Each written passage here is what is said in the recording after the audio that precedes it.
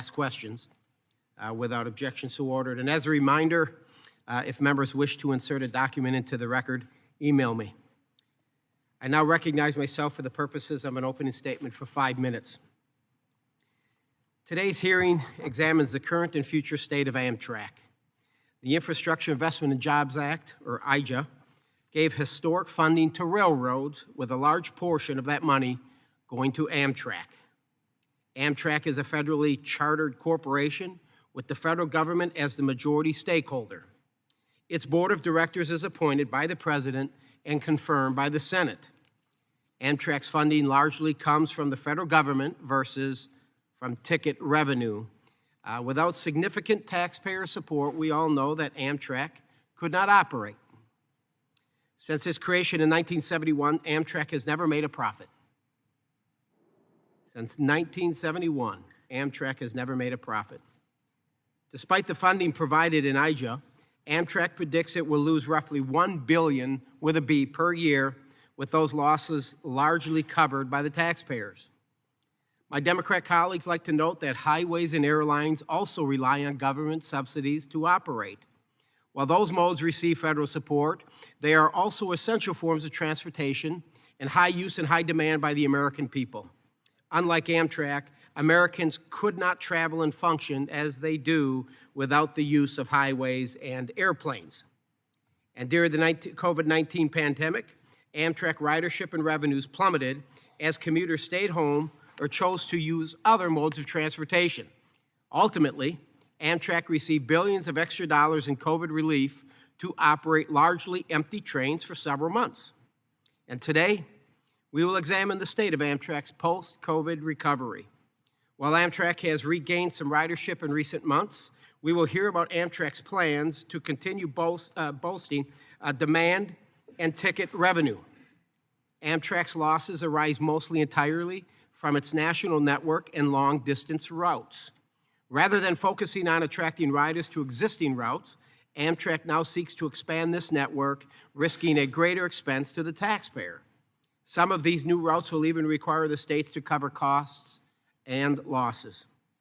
And in fairness to Amtrak, prior to the pandemic, it was on a path to achieve profitability for the first time in roughly 50 years.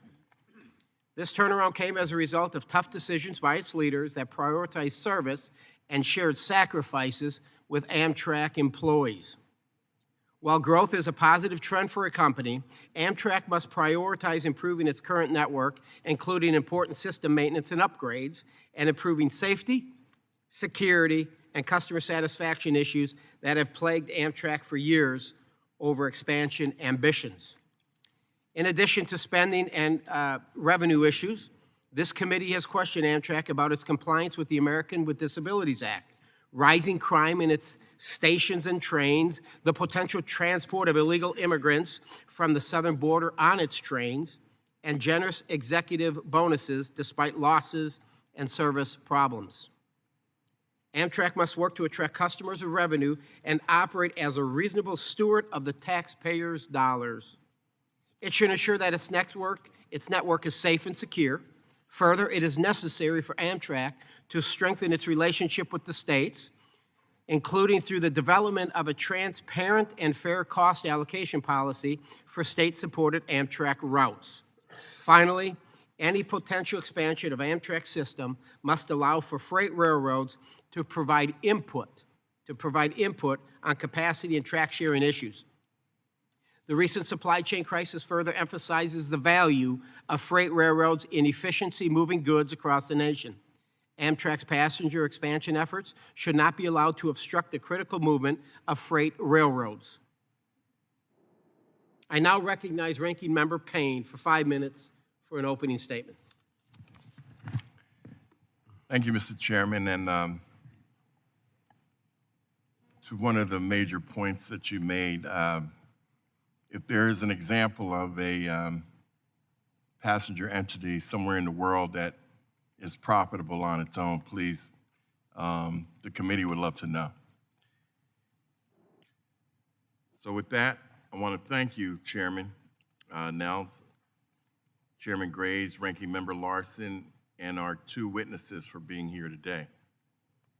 We're here today during an exciting time for Amtrak and, more broadly, intercity passenger rail across the country. For the first time, this mode of transportation has guaranteed funding for multiple years. The value of the certainty is not to be understated.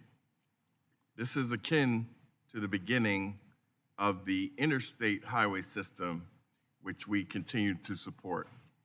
The bipartisan infrastructure law signed by President Biden in November 2021 provides $22 billion in funding to Amtrak through fiscal year 2026, $16 billion of which is to be invested in the national network, while the remaining $6 billion goes towards infrastructure. And that is along the Northeast Corridor. Another $19 billion is authorized for Amtrak's capital investments nationwide. The bipartisan infrastructure further invests $36 billion in the federal-state partnership for intercity passenger rail programs, with $24 billion allocated explicitly to the Northeast Corridor. Another $7.5 billion in funding is also authorized for this grant program. Amtrak recently submitted grant applications for multiple projects through this program, totaling roughly $9 billion. Together, these projects will assist in increasing rail capacity while reducing service interruptions. Projects like the Gateway program in my home state of New Jersey will improve the passenger experience along the Northeast Corridor by digging a pair of new tunnels under the Hudson River and replacing the Portal Bridge. Both of these choke points are over 100 years old, and maintenance problems here often cause delays for passengers riding Amtrak and New Jersey Transit. Other projects along the Northeast Corridor, such as the Frederick Douglass Tunnel in Baltimore, need restoration. This tunnel is 150 years old, the oldest along the corridor. Water damage and tight curves force Acela trains to slow down to 30 miles an hour, adding precious minutes to trips for travelers across Maryland and the rest of the corridor. Similarly, there is much work to be done on intercity rail projects across the country, including bringing stations into compliance with the Americans with Disabilities Act, refreshing Amtrak's fleet of aging rail cars and locomotives, and replacing older rail bridges like the 100-year-old San Luis Rey River Bridge in San Diego County, California. I look forward to new and improved corridors that can be advanced with this funding. The Federal Rail Administration recently received numerous proposals for the Corridor ID program. This will be the template for passenger rail expansion in the coming years. Established corridors in North Carolina and California will finally have a consistent federal partner. New corridors are ripe for development in Texas, Nevada, and the Gulf Coast. I look forward to the Federal Railroad Administration's project pipeline that will identify the capital projects needed to develop these and other corridors. All of this funding, all of these projects, and all of the benefits that future generations will enjoy would not be possible without our efforts in the 117th Congress when it passed the bipartisan infrastructure law in this chamber and sent it to President Biden for signature. The $100 billion in funding for rail projects included in this monumental law is a game changer for communities nationwide. I look forward to diving into some of the details with our witnesses shortly. And with that, Mr. Chairman, I yield back. Mr. Payne yields. I now recognize the ranking member of the full committee, Mr. Larson, for 5 minutes for an opening statement. Thank you, Chairman Nels and Ranking Member Payne, for holding today's hearing on improving Amtrak operations across the country. The bipartisan infrastructure law was a monumental achievement that supercharged our nation's investment in rail with $100 billion in funding. The BIL provided bold long-term investments across transportation systems and infrastructure that are creating jobs and benefiting our economy. Just last week, the Bureau of Labor Stats reported the economy added 339,000 jobs in May, including 25,000 construction jobs and 24,000 transportation, and warehousing jobs, a sign that the economy is on the move. For intercity passenger rail specifically, the BIL guaranteed multi-year funding for state of good repair investments and development.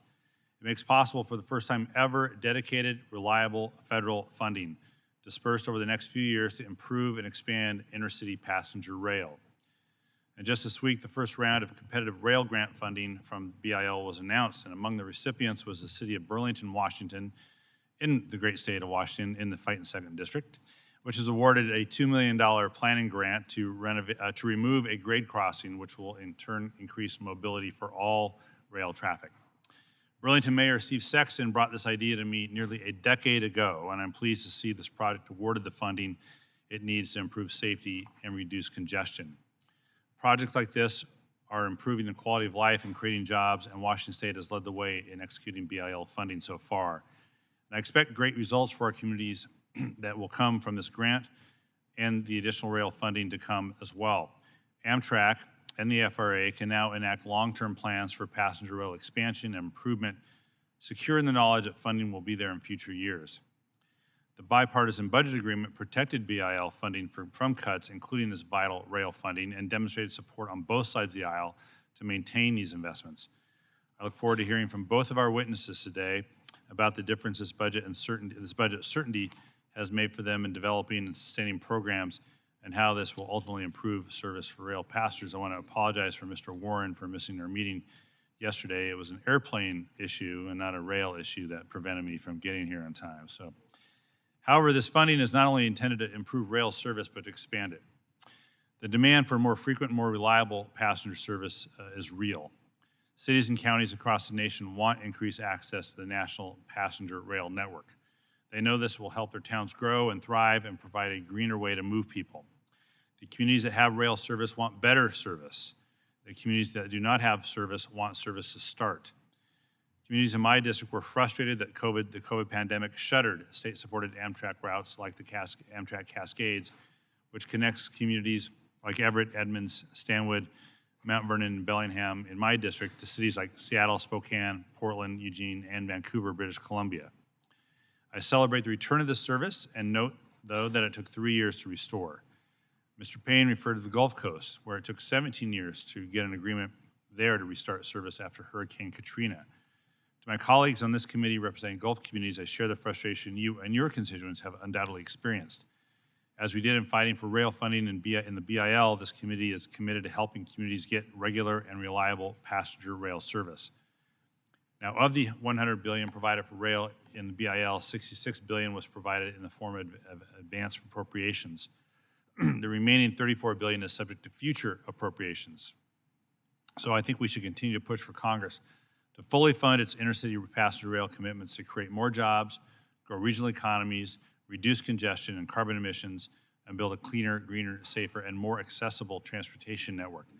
The BIL is also an investment in the workforce. This funding will be used to grow a well-trained, diverse workforce to build, operate, and maintain a national intercity passenger rail network. The transformational investment in the BIL is a great start, but Congress needs to build on this by securing a reliable funding stream for intercity passenger rail. Highways, transit, airports, and harbors all have access to trust funds, enabling them to fund their long-term major capital projects without having to wait for annual appropriations process. It's past time to do this for rail. And this committee will have the opportunity today to hear from two witnesses who are on the front lines, turning these historic investments into tangible improvements to rail service that our communities can rely on. We'll also have the opportunity to specifically examine Amtrak's plans for service improvements and growth, and to hear from one of Amtrak's key partners, the Northeast Corridor Commission, on how BIL will improve passenger rail in that region. So I look forward to hearing from our witnesses about their vision for the future of passenger rail. And with that, yield back. Mr. Larson yields. I would like to now welcome our witnesses and thank you for being here. Mr. Gardner, Mr. Warner, take a minute here to explain our lighting system to you. There are 3 lights. Green means go, obviously. Yellow, you're running out of time, and then red means pump the brakes. I ask unanimous consent that the witness full statements be included into the record without objection so ordered. And as your written testimony has been made part of the record, the subcommittee asks that you limit your oral remarks to 5 minutes. And with that, Mr. Gardner, you're recognized for those 5 minutes. Good morning, Chairman Nels, Ranking Member Payne, Ranking Member Larson, and members of the subcommittee. Thanks for having me here today. Let me start with a brief update on the strong year Amtrak is having so far in FY23. Safety is our #1 priority, and its importance was highlighted this past weekend by the tragic accident in India. Our heart goes out to those impacted, and it's a solemn reminder that our work is never done. I'm glad to report, however, that through March, Amtrak's rate of reportable injuries was 20% better than our annual goal, and we've not had a single NTSB investigated accident this year. I'm also proud to say that we've returned service to all of our network. While several routes are still with less frequency than pre-pandemic, we're progressing our plan to add more service over the coming year. We also continue to upgrade our customer experience, improve our facilities, and enhance our food and beverage offerings. Through April, our year-to-date ridership was 84% of our pre-pandemic levels, and in April, it was 89%. By next year, we expect to reach our overall FY19 level of 32 million riders again. This is remarkable and the best post-pandemic performance of any U.S. passenger rail operator. However, ridership does remain impacted by some insufficient equipment and reduced business travel. Both have affected Acela revenues in particular, making adequate funding for the Northeast Corridor even more vital. Speaking of financials, through April of FY23, our adjusted operating loss was $434 million, which is $53 million better than our plan. And our fare box recovery has risen to 76%. We're still a ways off from achieving break-even results, as we were on track to do in FY 2020, due to the more than 3 years of significant cost increases and lost revenue growth. But we see a path for our train operations business to return there under an apples-to-apples comparison in about 5 years. Let me also mention how the finances of the company have changed dramatically due to the large influx in IIJA capital funding. Amtrak is no longer simply a passenger rail operator, but we're now a major construction company executing a massive capital program. This creates additional operating expenses that didn't exist before. Regarding economics, Congress was clear in the IIJA that Amtrak's statutory goal is to maximize public benefits from federal funding, not just minimize our need for them. You can be sure we'll continue to place a balance on pursuit of improved financial performance with our other statutory goals. Through the IIJA, for the first time in Amtrak's history, Congress and the administration are now investing at the levels needed to achieve these goals. Since I last appeared before the subcommittee, Amtrak has begun to receive our IIJA funds from the FRA and put them to good use. With our partners, we've recently applied for about $10 billion in FRA and DOT grants, and we're advancing many key projects, including construction of the new Hudson River Tunnel and rehab of our East River tunnels, both which will begin next year, and construction of Portal North Bridge in New Jersey, which is about 25% complete. Advancing our BMP tunnel replacement program and vital bridge projects in Maryland and Connecticut. Manufacturing our new Aero train sets by Siemens in Sacramento, California, and our new Acela trains by Alstom in upstate New York, with support from hundreds of suppliers all across America. Procurement of our new fleet of long-distance trains, which we will put out to bid later this year. Completion of 112 ADA projects in stations all across our network over the next 16 months. Startup of 2 new state-supported services between New Orleans and Mobile and the Twin Cities and Chicago later this year. Grant applications to study extensions for long-distance service between Meridian, Mississippi and Dallas-Fort Worth, and daily service on the Cardinal and Sunset routes. And support for many of the more than 90 applications by states and cities from across America to the FRA's Corridor ID program to develop new and enhanced services. We're excited by this progress, and it's important to note, though, that it will take sustained federal support to develop a 21st century passenger rail network. In the near term, we need adequate appropriations to maintain and operate our trains. In the long term, we need a reliable funding mechanism like other transportation modes have so we can efficiently plan and deliver our network. Lastly, good on-time performance is fundamental to our business, and we continue to face challenges with some of our host railroad partners. I hope this subcommittee will work with us on these issues so we can better serve the whole nation and your constituents. Thank you for the opportunity to testify today and for your time. I look forward to your questions. Thank you, Mr. Gardner. Mr. Warner, you are recognized for 5 minutes. Good morning, Chairman Nels, Ranking Member Payne, Ranking Member Larson. I am Mitch Warren, Executive Director of the Northeast Corridor Commission. The commission was created by Congress to improve the corridor through better coordination among Amtrak, states, commuter rail operators, and the federal government. Thank you for inviting me to discuss our work in the renewal of America's oldest and busiest passenger rail system. The Northeast Corridor brings hundreds of thousands of intercity and commuter passengers to work, business meetings, family visits, and leisure activities every day. However, these riders rely on infrastructure with tens of billions of dollars in state of good repair needs, including 15 major bridges and tunnels that are over 100 years old and in need of replacement. Given these historic challenges, I cannot overstate what an exciting time this is for the Northeast Corridor. After decades of underinvestment, the NEC finally has the down payment it needs to rebuild infrastructure that dates back to the period between the Civil War and World War II. Thanks to the work of Congress and the Biden administration on the Infrastructure Investment and Jobs Act, the NEC has its first ever source of dedicated multi-year funding, providing exactly the kind of predictability needed to efficiently deliver a major capital program. The Commission's decade-long efforts to build a foundation of trust, transparency, collaboration, and accountability have put our members in position to invest this historic funding. The Commission's 18 voting members represent US DOT, Amtrak, Northeast states, and the District of Columbia. The Commission was authorized in recognition of the complexities of a corridor that has multiple right-of-way owners and rail operators, and which supports over 2,000 trains a day, including high-speed Acela trains, Northeast regional and long-distance trains, commuter trains, and freight trains. In 2021, the Commission approved Connect NEC 2035, a collaborative effort to define the corridor's state of good repair and improvement needs, and stage and sequence those infrastructure investments over 15 years.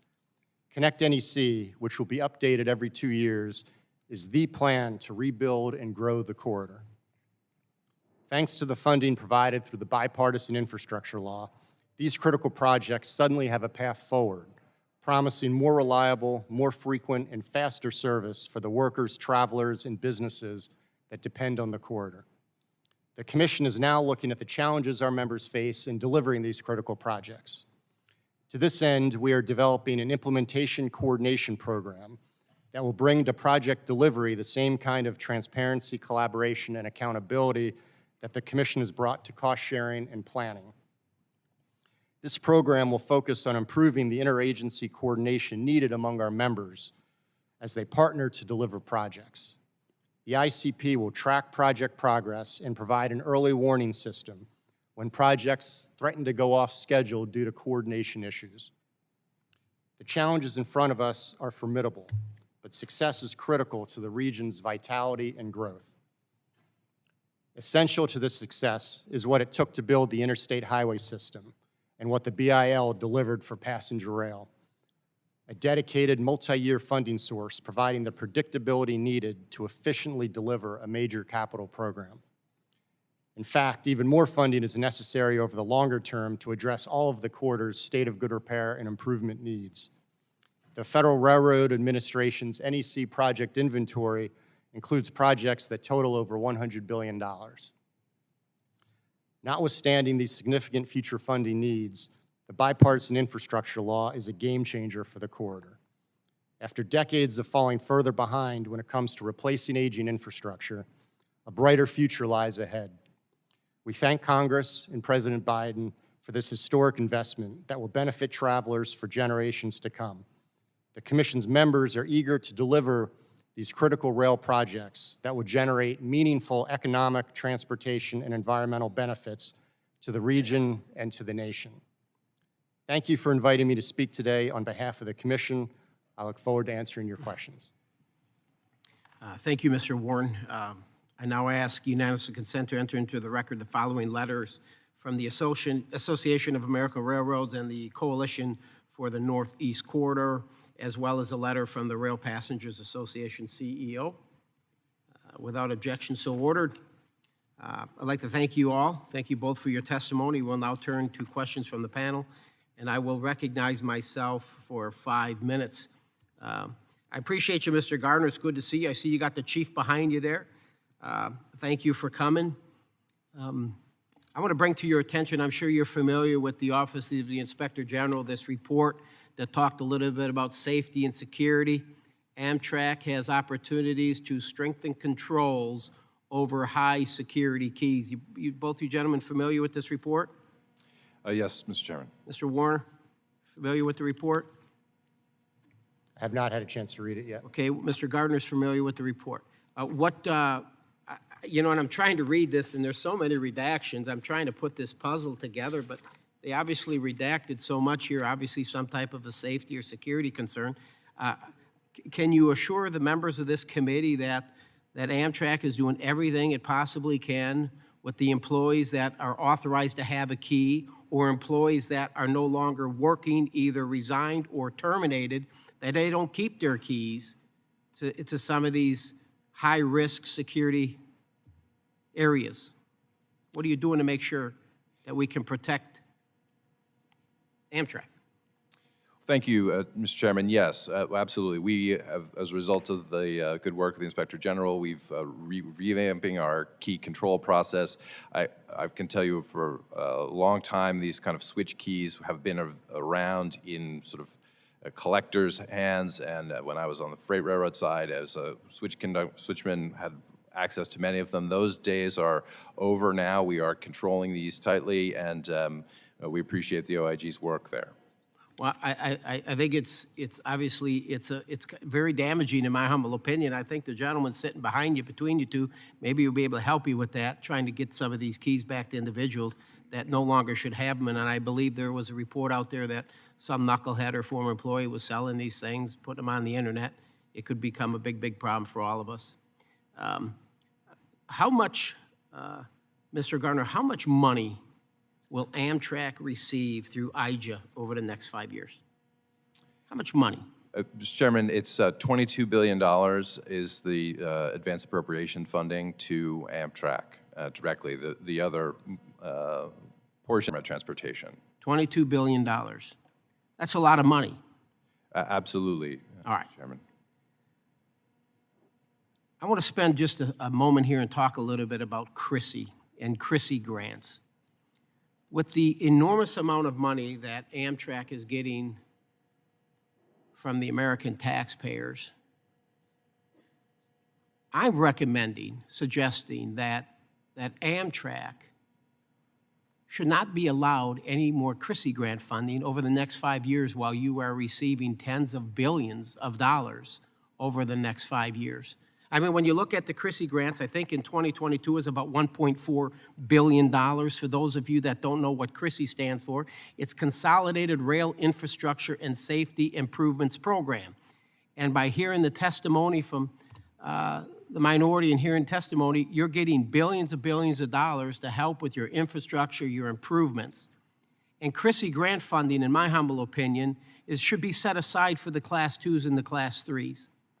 So I am just letting you know that it would be my intent, while you are receiving billions and billions of taxpayers' dollars over the next 5 years, that Amtrak should not be allowed to participate in the CRISI grant program. You stated that security in 2023, and I appreciate the fact, 84% ridership. I think you're going to get to 89, and eventually, maybe by the end of the year, you'll get to the 2019 levels, which would be 30-something million passengers.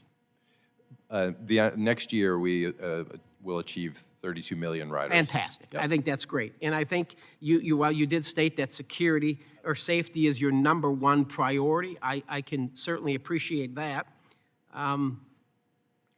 Mr. Warner, I've had the chief in my office before. We were talking a little bit about safety and on traveling on a train. I mean, I was an old lawman for several years, understand a little bit about safety and security.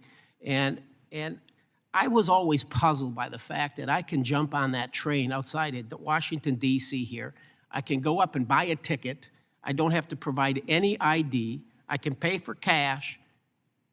You can take that ticket, give it to the guy, and he could give it to someone else. There's no matching bags or anything. You can just carry a couple suitcases on a train, right? You don't have any detectors or anything to go through to get on that train. How is Amtrak, what are you doing to make sure that you don't get some individual that has bad intentions, someone carrying a firearm, from getting on a train when you, I mean, I can't get on an airplane with a bottle of water. I can't get on an airplane, even having a glass of water. But it appears to me that to get on an Amtrak train, you don't have to have any ID, your bags don't have to match the manifest, they're not inspected. You got puppies out there sniffing, I support all that, but what are you doing in the rural areas to make sure that you can keep those passengers as safe as possible? Certainly for each of our individual railroads, safety and security are the foundation of everything. You can't have riders if you're not promising and guaranteeing their safety and security. As a commission, we focused on the infrastructure, so it's an issue more for our individual members than we have addressed as a commission.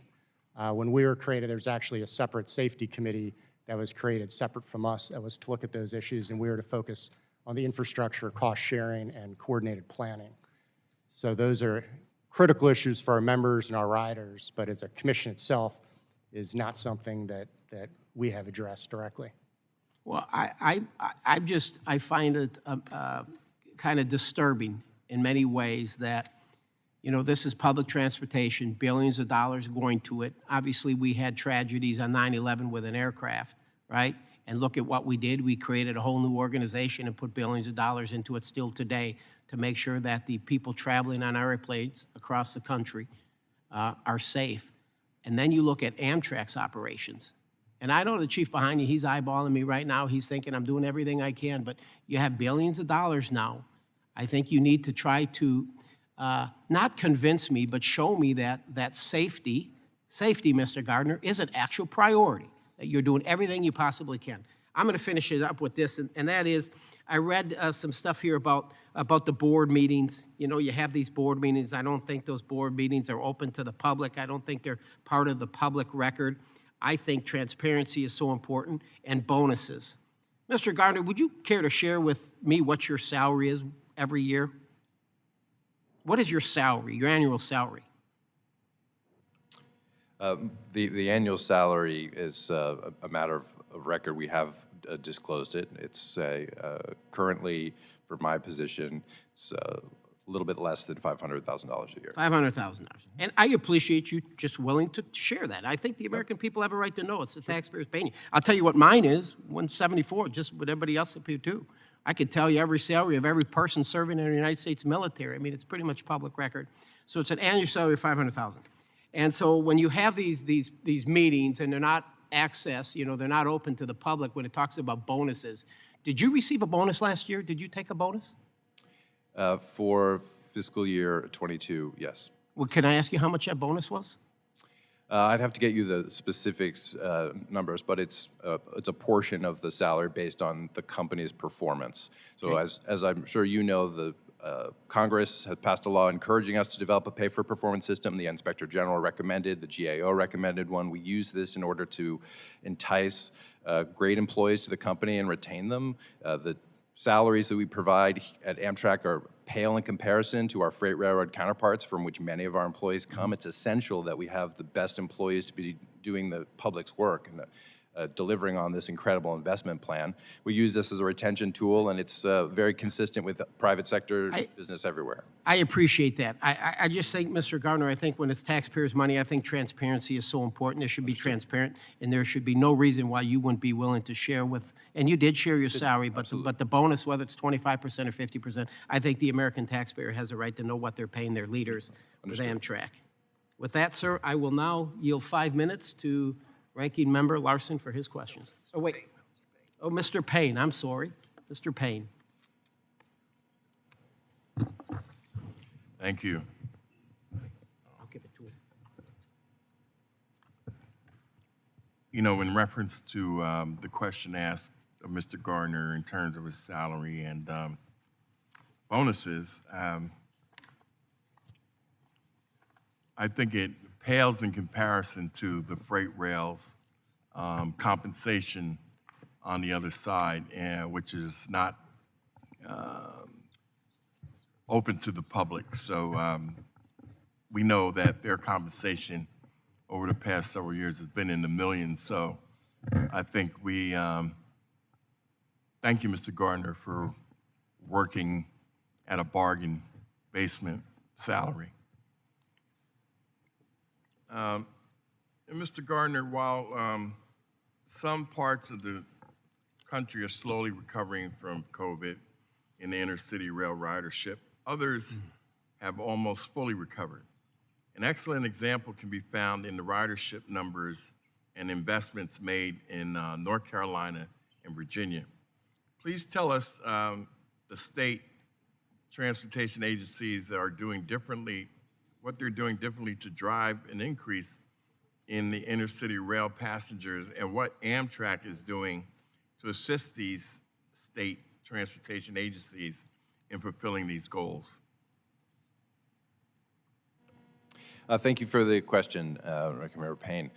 You're right. North Carolina and Virginia service is really exceptional, and I think the key is really three things. One, a sustained program of investment and leadership within the state. So the states have excellent rail departments that really focus on their programs in partnership with us and with their host railroads.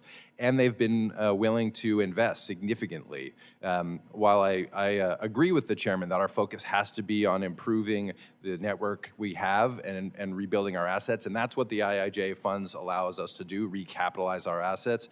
What it doesn't allow us to do necessarily is focus on improvements in different areas, and that's why other funding is necessary. But the dollars here that are provided for the state in expansion are really coming from the state, and Virginia has invested over roughly $4 billion to upgrade the infrastructure between Washington and Richmond in partnership with CSX and with Amtrak. So that investment has been critical. Their leadership at the state level has been critical, and their focus on connecting markets and building station investments that support connectivity to rail. So there's a great new station in Raleigh, a new station coming in Charlotte, and a real focus on providing frequency. For instance, North Carolina is about to add a fourth Piedmont frequency. So creating enough utilities so that passengers have trains they can take at the right times of day, at the right trip time to connect to those markets. So we see Virginia through its service to the south in Roanoke, Newport News, Norfolk, and Richmond really exceeding their goals in terms of ridership growth coming back from the pandemic, and a great opportunity long-term to further connect the Northeast Corridor to the Southeast and really build a coastal connection of high-quality frequent service. Thank you. Thank you. Mr. Warren, one of the many benefits of the rail service across the Northeast Corridor is getting cars off the roads and preventing additional air traffic in our already congested airspace.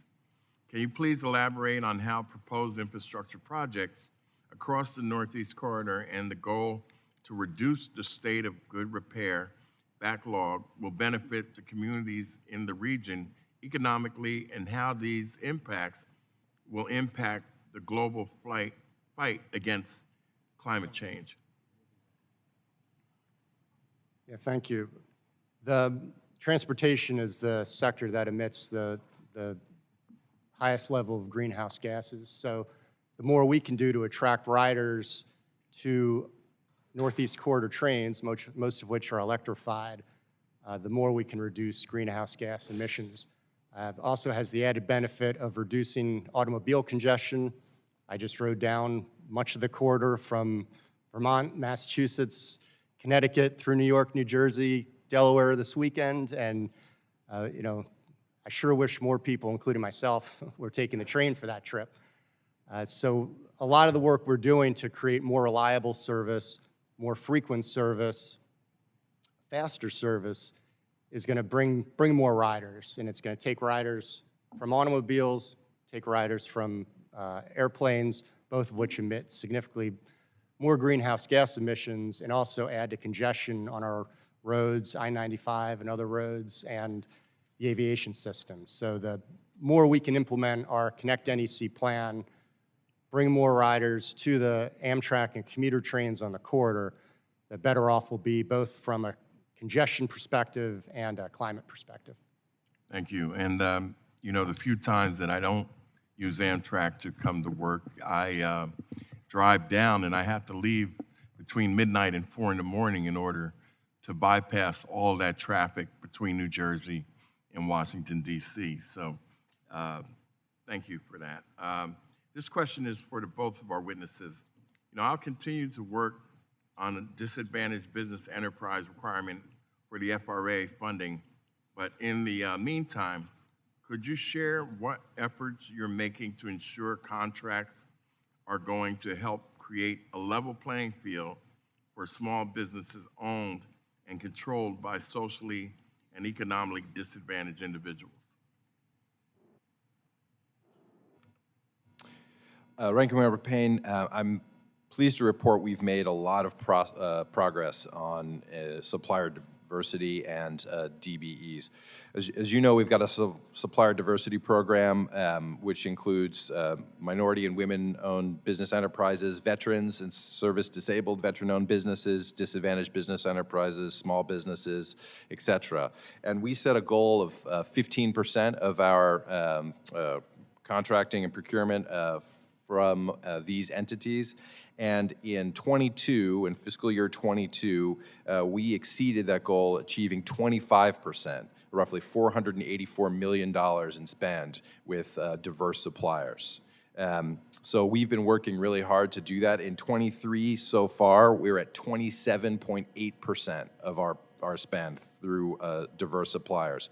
And we have a new upgraded supplier diversity office, which is doing 27 outreach events throughout this year, and a new small business resource center, because there are many small businesses of all types that are out there that have important capabilities to offer Amtrak and the rail industry, particularly as we're growing, and we're working hard to create a bigger supply base, both so we can get better quality, but also better pricing and ensure redundancy in terms of supply, because as we all saw during the pandemic, supply chain challenges certainly impacted us, and we want to make sure we have a robust base of potential suppliers. So this is a good business to invest in a diverse range of suppliers who can meet our needs from all across America and really allow us to succeed. Thank you. Mr. Warren? The commission doesn't do contracting. Our members contract with for the major construction projects. They're the project managers.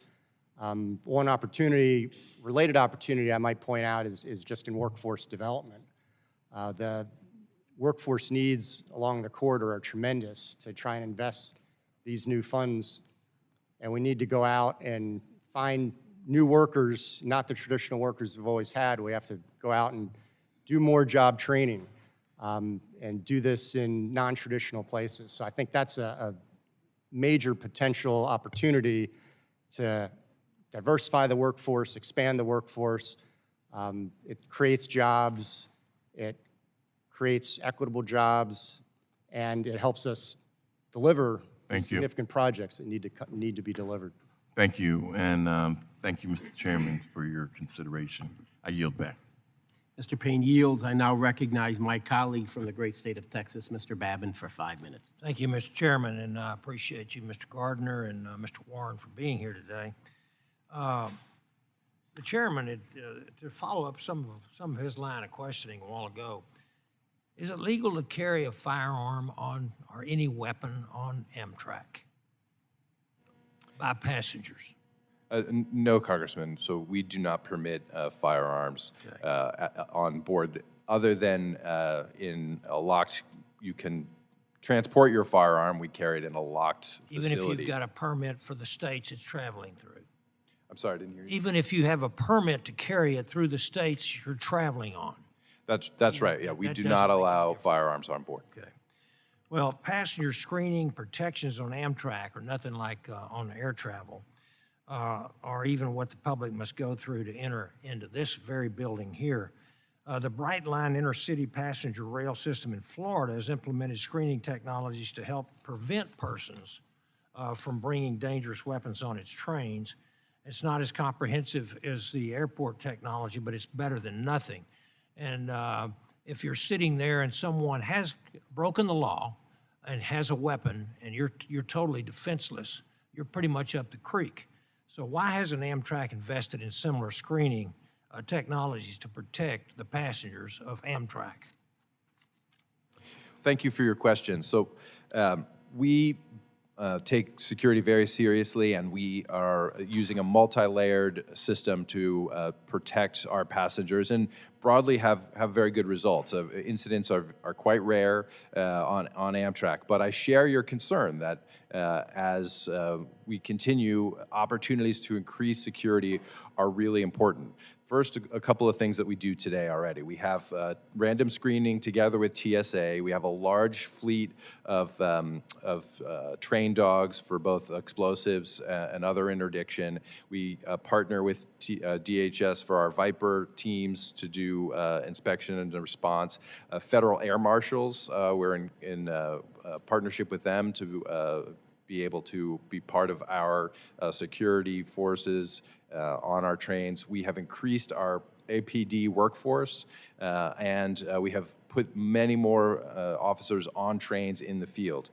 We are looking at the kind of technology that you discussed and that Brightline is using, Smithsonian similarly, and many stadiums and others are using relatively unintrusive but potentially effective materials and methods to further screen.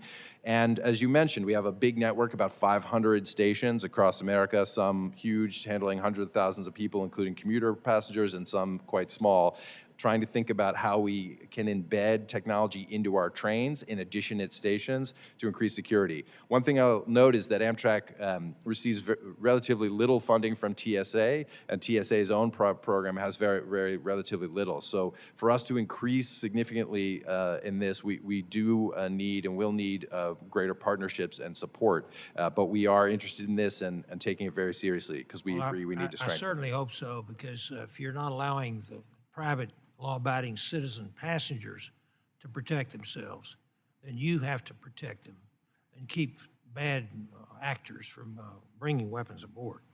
Last Congress, the infrastructure law gave Amtrak a tremendous amount of funding. In addition to that, Amtrak may apply itself for other federal funding programs and grants, including CRISI grants that the chairman mentioned, and federal state partnerships. CRISI grants are well oversubscribed already, and countless more rail safety projects are in need of funding. There are already over 95 applications for the Fed state program, but only 30 or so will be funded. In Amtrak's annual and legislative report, you seek to get greater permission to use federal funds that you receive from the IIJA to serve as your matching contribution for these other grants. Do you feel that it is appropriate for other stakeholders, such as state and local governments or short-line railroads, to have to compete against Amtrak for these very limited funds? Well, first, Congressman, let me say we certainly support the CRISI program. We support our Class 2 and Class 3 partners and the broad eligibility of CRISI.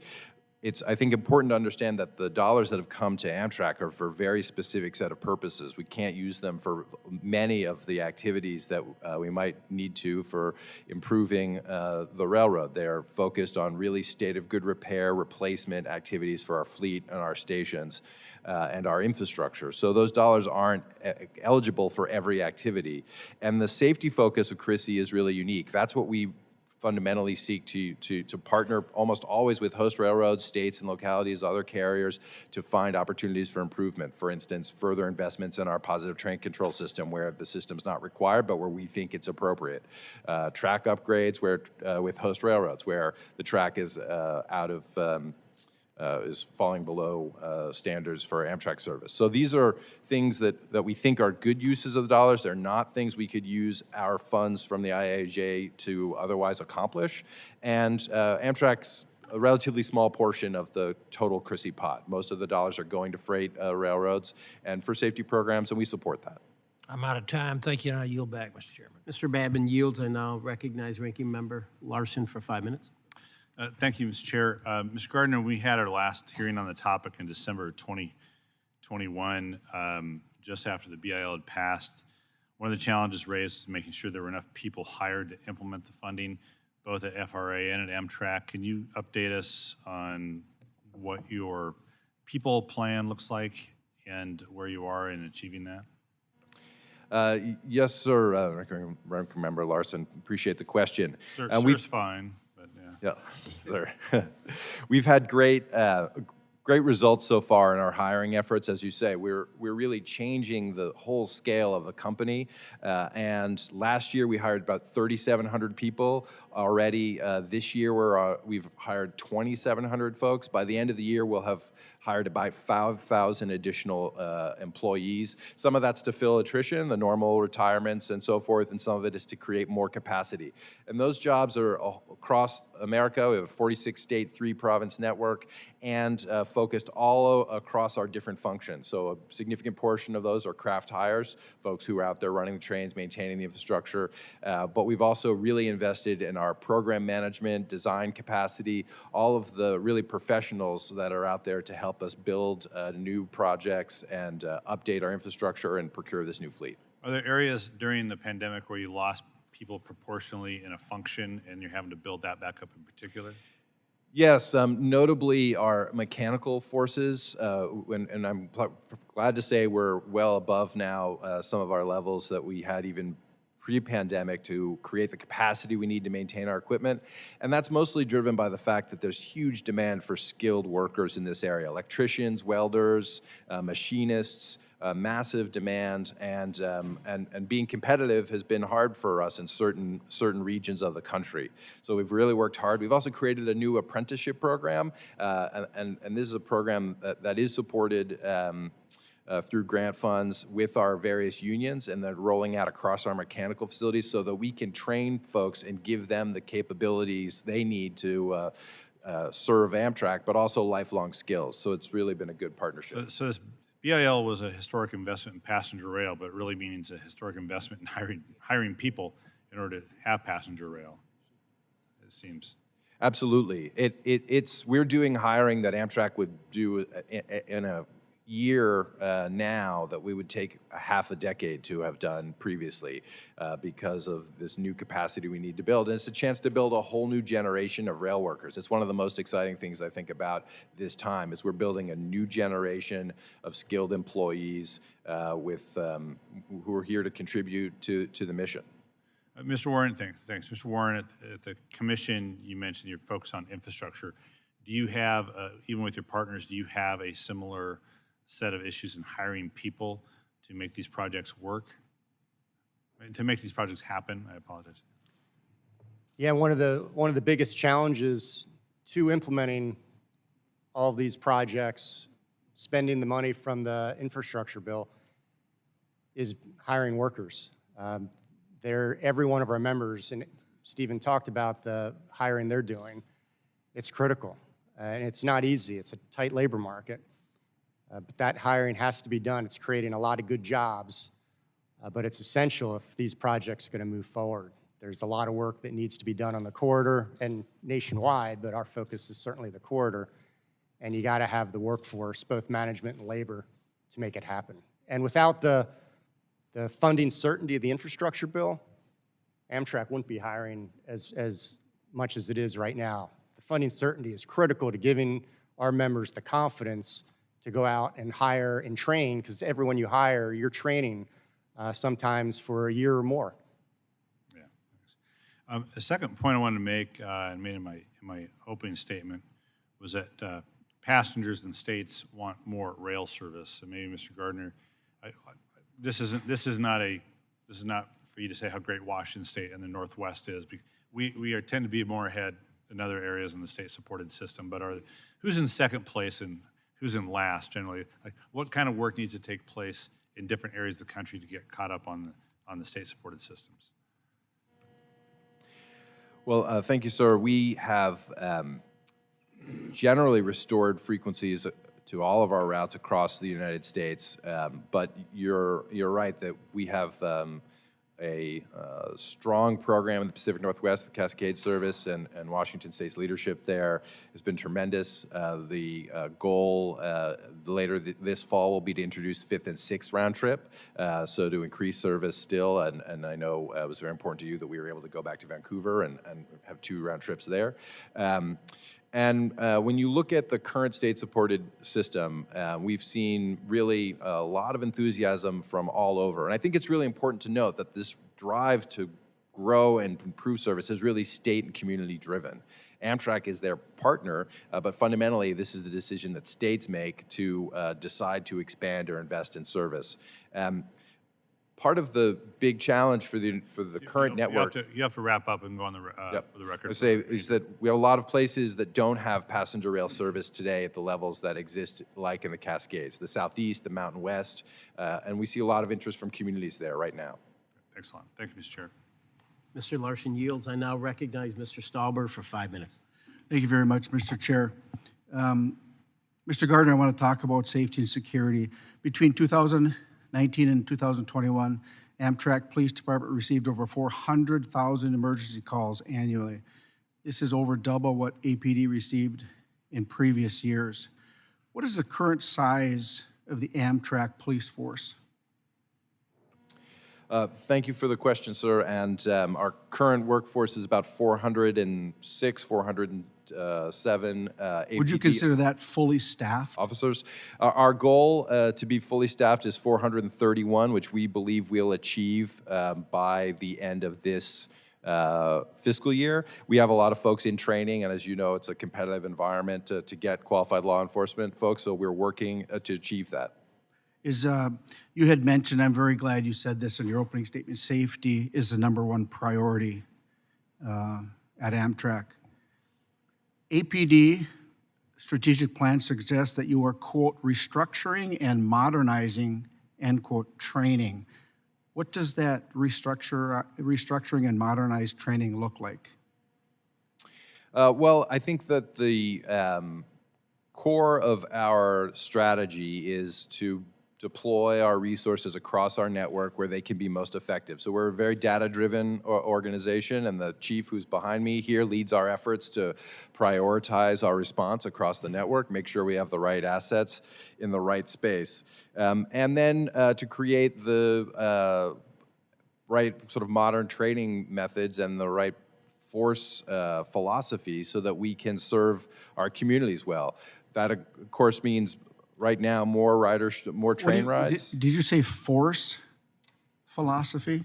Force? Yeah, What does that mean? I mean our APD force, the Okay. policing philosophy and how we integrate with our partners. As you know, we're across the nation and we have to partner with local police forces plus the FBI and TSA and others. And that's a key to the way that we ensure security is by this relationship of partners across the network. All right.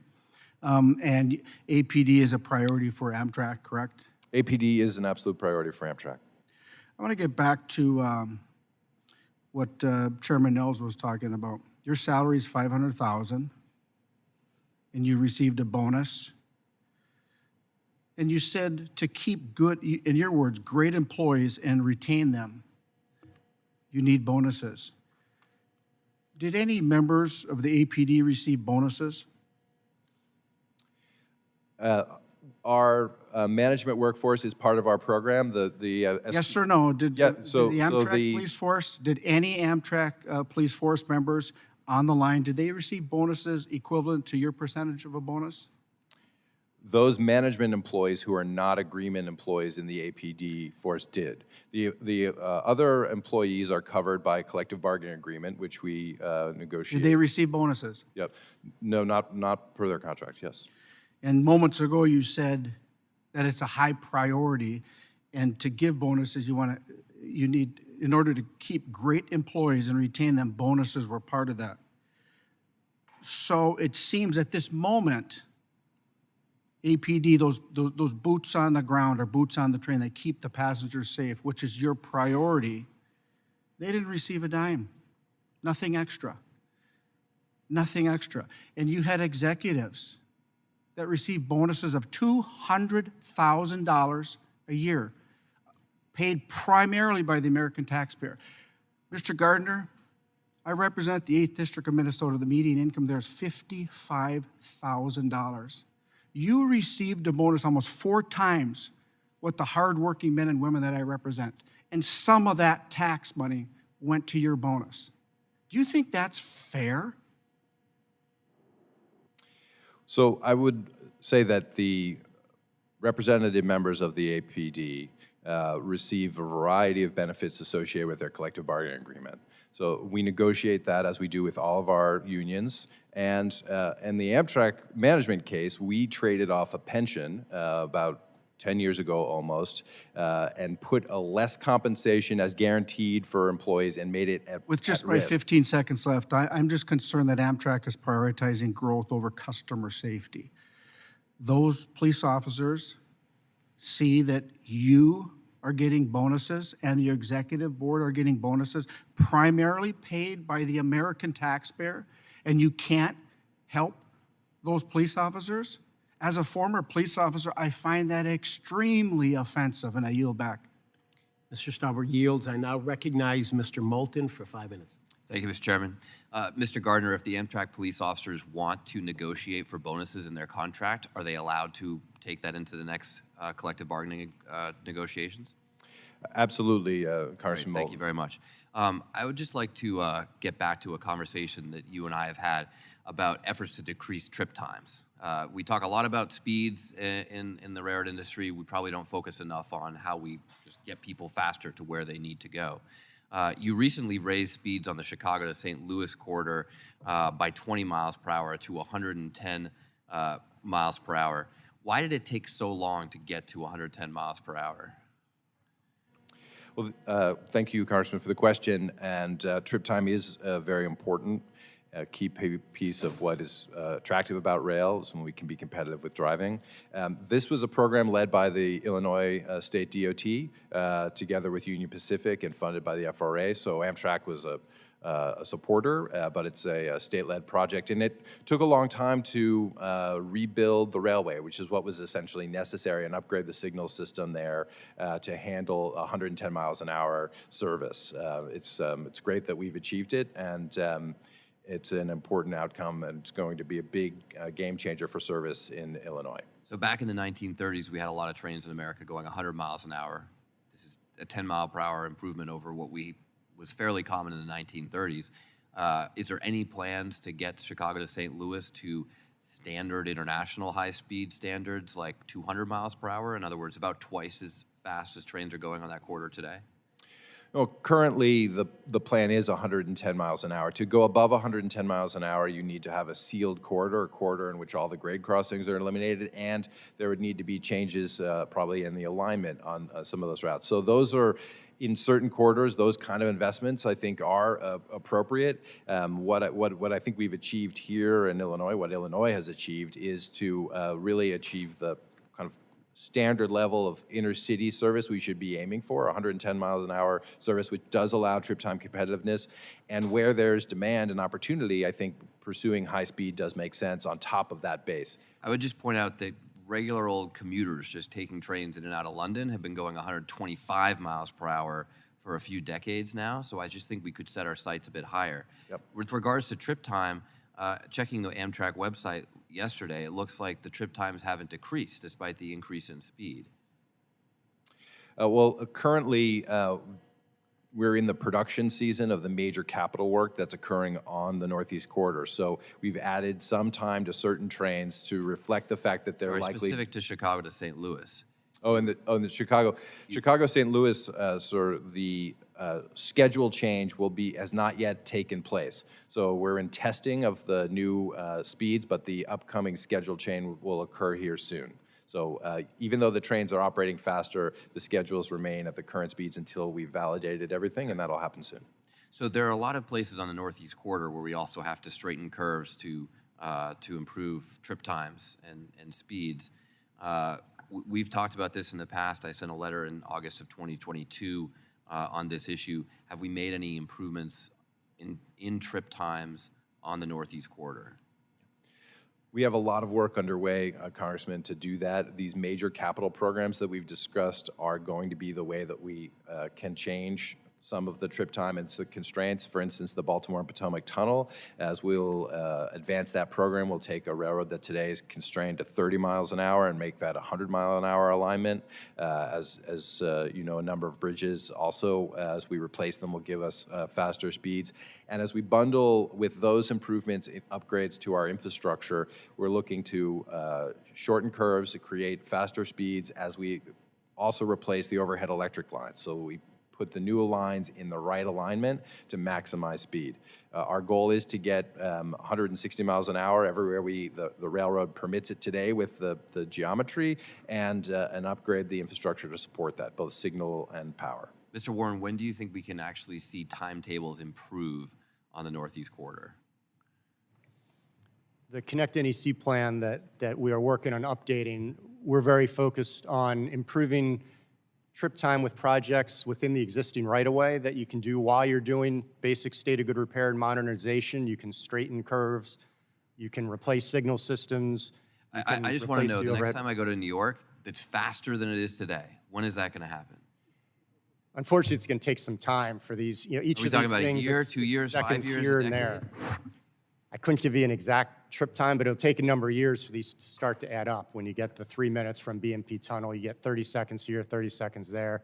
There's also studies that are going to be going on to look at new right-of-way where you can get significant trip time improvements. Those are obviously longer-term projects. I'm out of time, but I think the American people want to see those returns so we can actually say, we invested billions of dollars here, and this is what we got. Thank you, Mr. Chairman. Mr. Moulton yields. I now recognize Mr. Burchett for 5 minutes. Thank you, Mr. Chairman, members. Amtrak was awarded six-figure executive bonuses despite huge losses. You've attempted to take over Union Station's lease at a cost of hundreds of millions of dollars with the speculative benefits returns. You forced unwanted routes onto your national network with questionable customer demands and guaranteed annual losses. What's your all's projected annual operating loss, Mr. Gardner?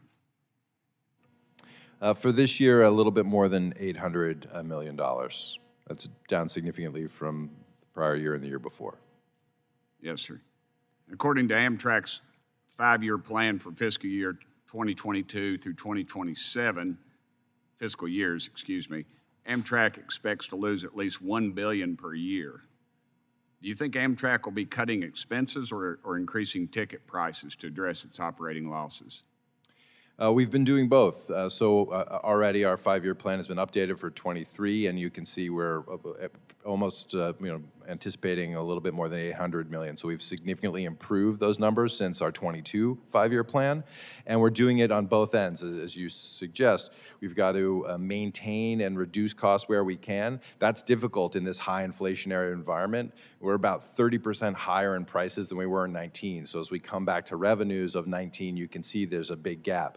At the same time, we are trying to build revenues, and are doing quite a good job at that, but we're still just about to get to 2019 revenue levels, and it's going to take a combination of both to maintain a improving trajectory. As I said, our hope is on the train operation side of the business to get back to that break-even process. I was at Amtrak, I've been at Amtrak for 14 years. It took us a lot of work to get to break even in 2020 before the pandemic. I know we can do it again, but it's going to take a while to overcome this big lag of inflation. When you say break even, though, that's with the influx of tax dollars, correct? So, yes. Yes or no, that's fine. Yes. I mean, you don't need to, I appreciate it. I'm going to run out of time.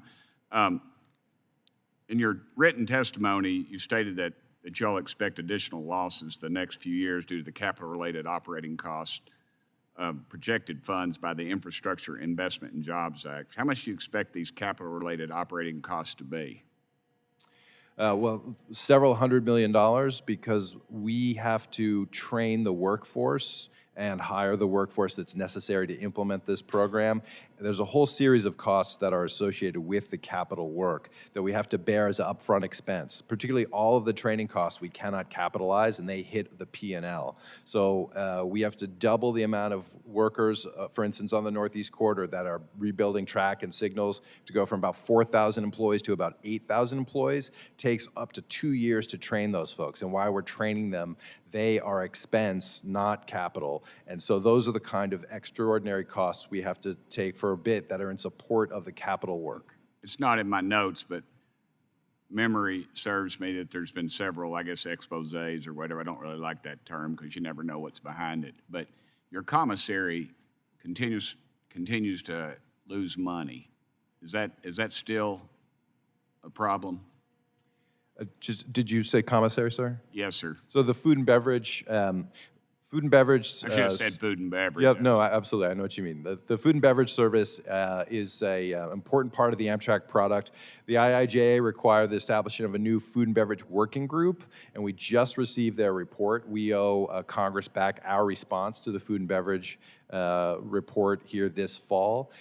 In general, the food service is there as a part of the amenities that we offer, so much of the ticket price is covering the costs, and then people also fund through cash purchases depending on which level of service.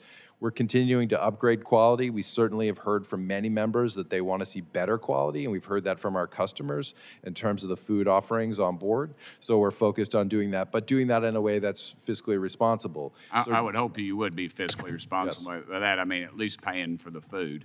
I think that's just that would be a fiscally responsible move, and I think Congress would probably smile upon that if we were able to smile. I've got no time left. I'm just going to yield. I'll yield to Congressman Cohen, if I could, please. Just like to ask you a he's my question. spiritual mentor in this committee. Go ahead. Thank you. Just like to ask you a question. I'm sure you heard about his salary being $500,000. Compared to the TVA chairman's salary, isn't it cheap?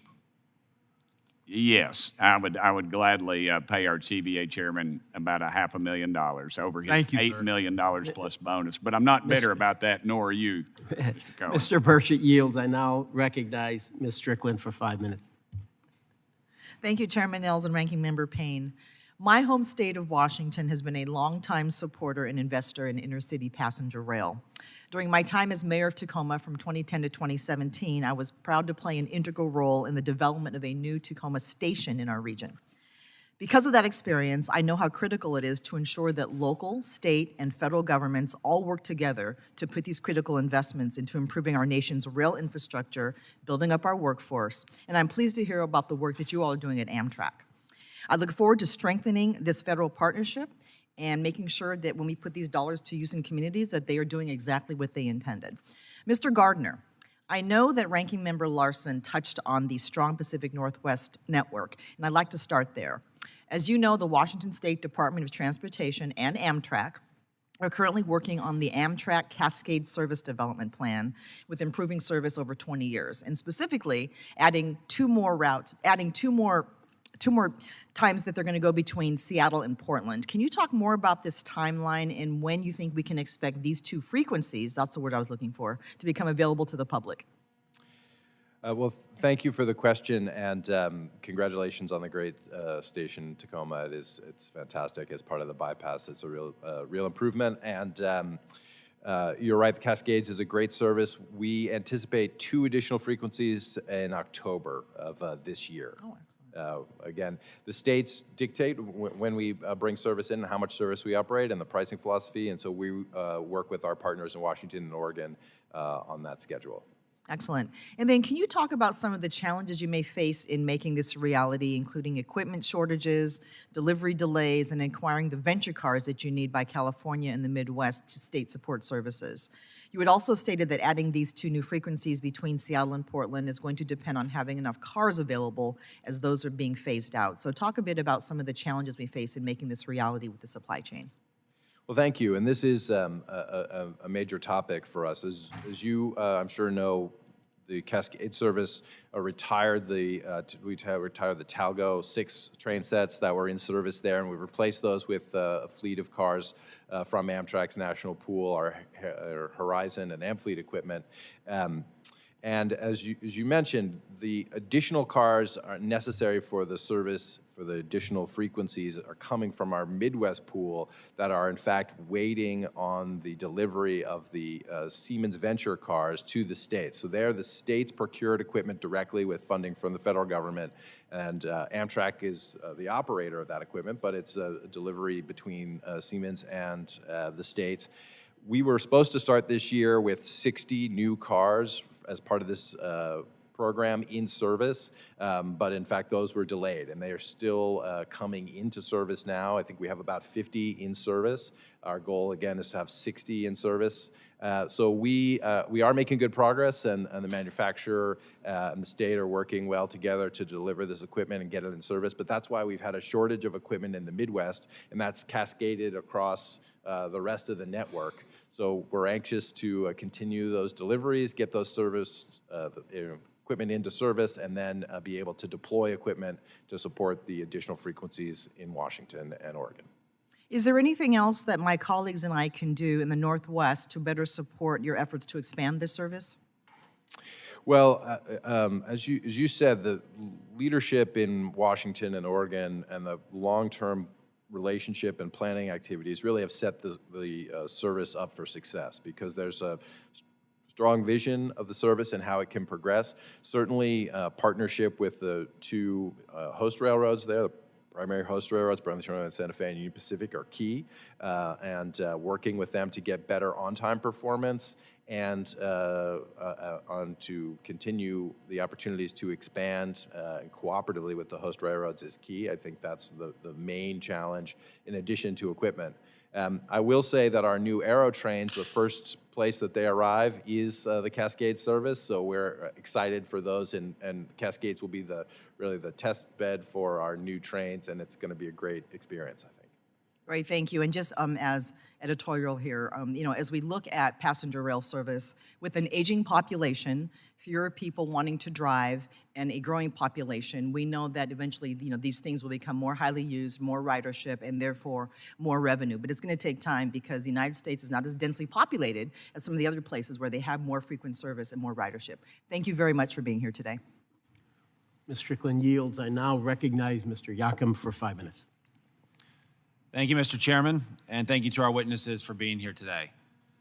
Mr. Gardner, I appreciate that you're constantly evaluating new routes and new service options for Amtrak and for your riders, but it's come to my attention that Amtrak is eyeing the use of the South Shore rail line in my district, which runs through North Central and then ultimately over to the west and northwest Indiana. It's a well-established and recently upgraded commuter rail service line that's going through a double-track addition right now over the Michigan City area in order to speed up the rail line service between South Bend and Chicago. One of the things that I'm concerned about is if Amtrak were to assert authority and come in on that line, what I'd like to know from you, and my real question is, would you commit to working with the South Shore to ensure that it would not face any undue scheduling or burden costs should you come in and use that line? Thank you for the question, Congressman. And you're right, we are looking at a variety of options. No decisions made yet about how we improve our service from Chicago south of the lake.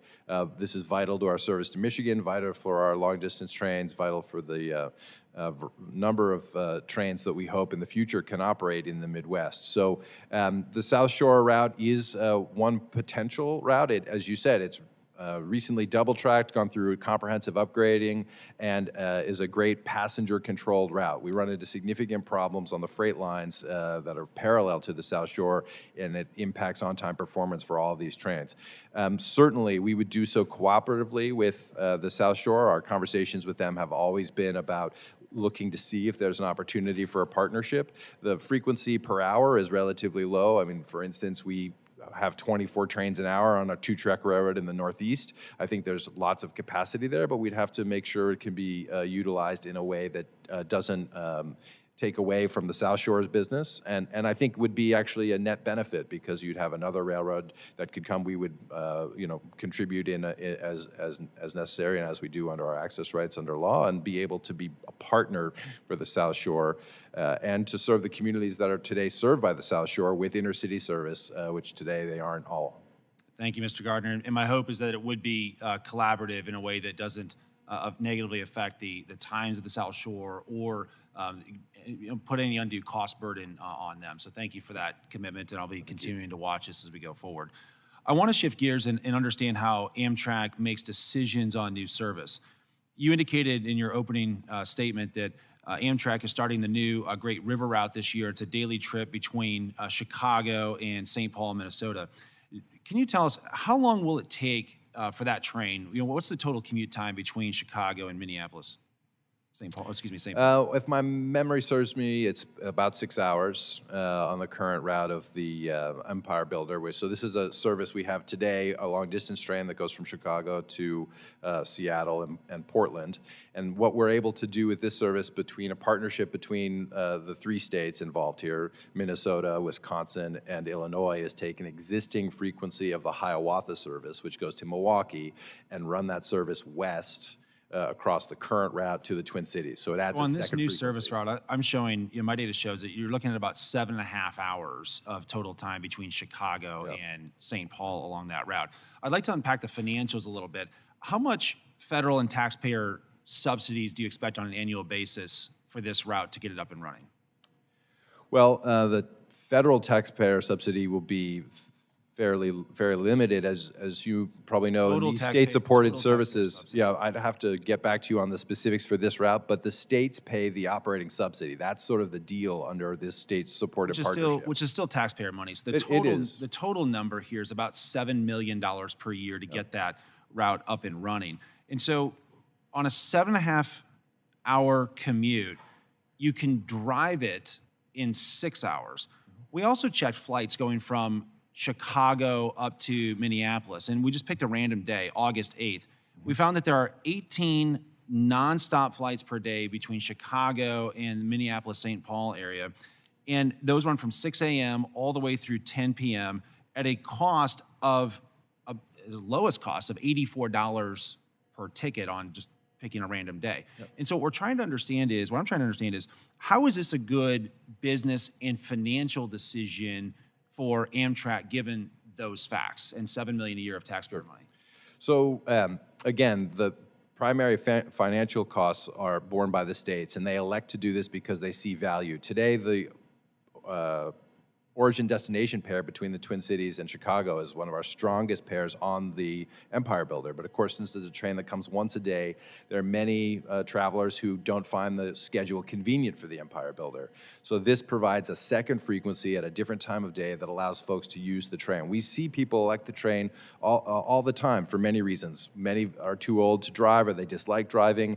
Air service, of course, is not always reliable, particularly in bad weather. And this creates redundancy in the modes and gives us more options and more folks a chance to travel. So we anticipate time's strong expired. demand. Thank you, Mr. Gardner. Mr. Chairman, I yield back. Mr. Yakum, thank you. I now recognize Ms. Napolitano for 5 minutes. Thank you, Mr. Chairman. Gentlemen, I have several comments and several questions, so bear with me. I know that I've served in California's Transportation Commission. In my years here, I've never found the rail completely paid for. It's almost always subsidized. Is that true? Yes. Well, for how long has Amtrak been requesting funding for state of good repair and infrastructure due to deterioration of the infrastructure and the major backlog projects? Congresswoman, essentially our entire history has been a source to try and upgrade the old assets that we inherited in 1971. Well, Mr. Warren, I see in your report that you say there the total cost of the projects, including Federal Railroad Administration's NEC project inventory, exceeds $100 billion, with 40 just for major backlog. Is that true? That's correct. The $40 billion is just for the 15 major backlog projects, bridges and And tunnels. we've only given you 22.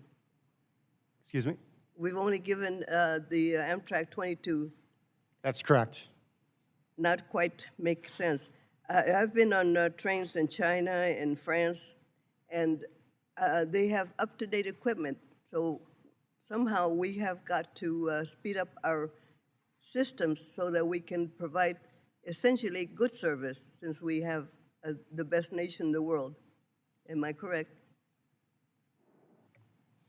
Absolutely. This is the foundation for all the service, is having a modern, reliable infrastructure. And you can't do that with bridges and tunnels that were built when Teddy Roosevelt was president and Ulysses S. Grant was president and William Howard Taft were president. Very, very good. Now, how are you increasing ridership, Mr. Gardner?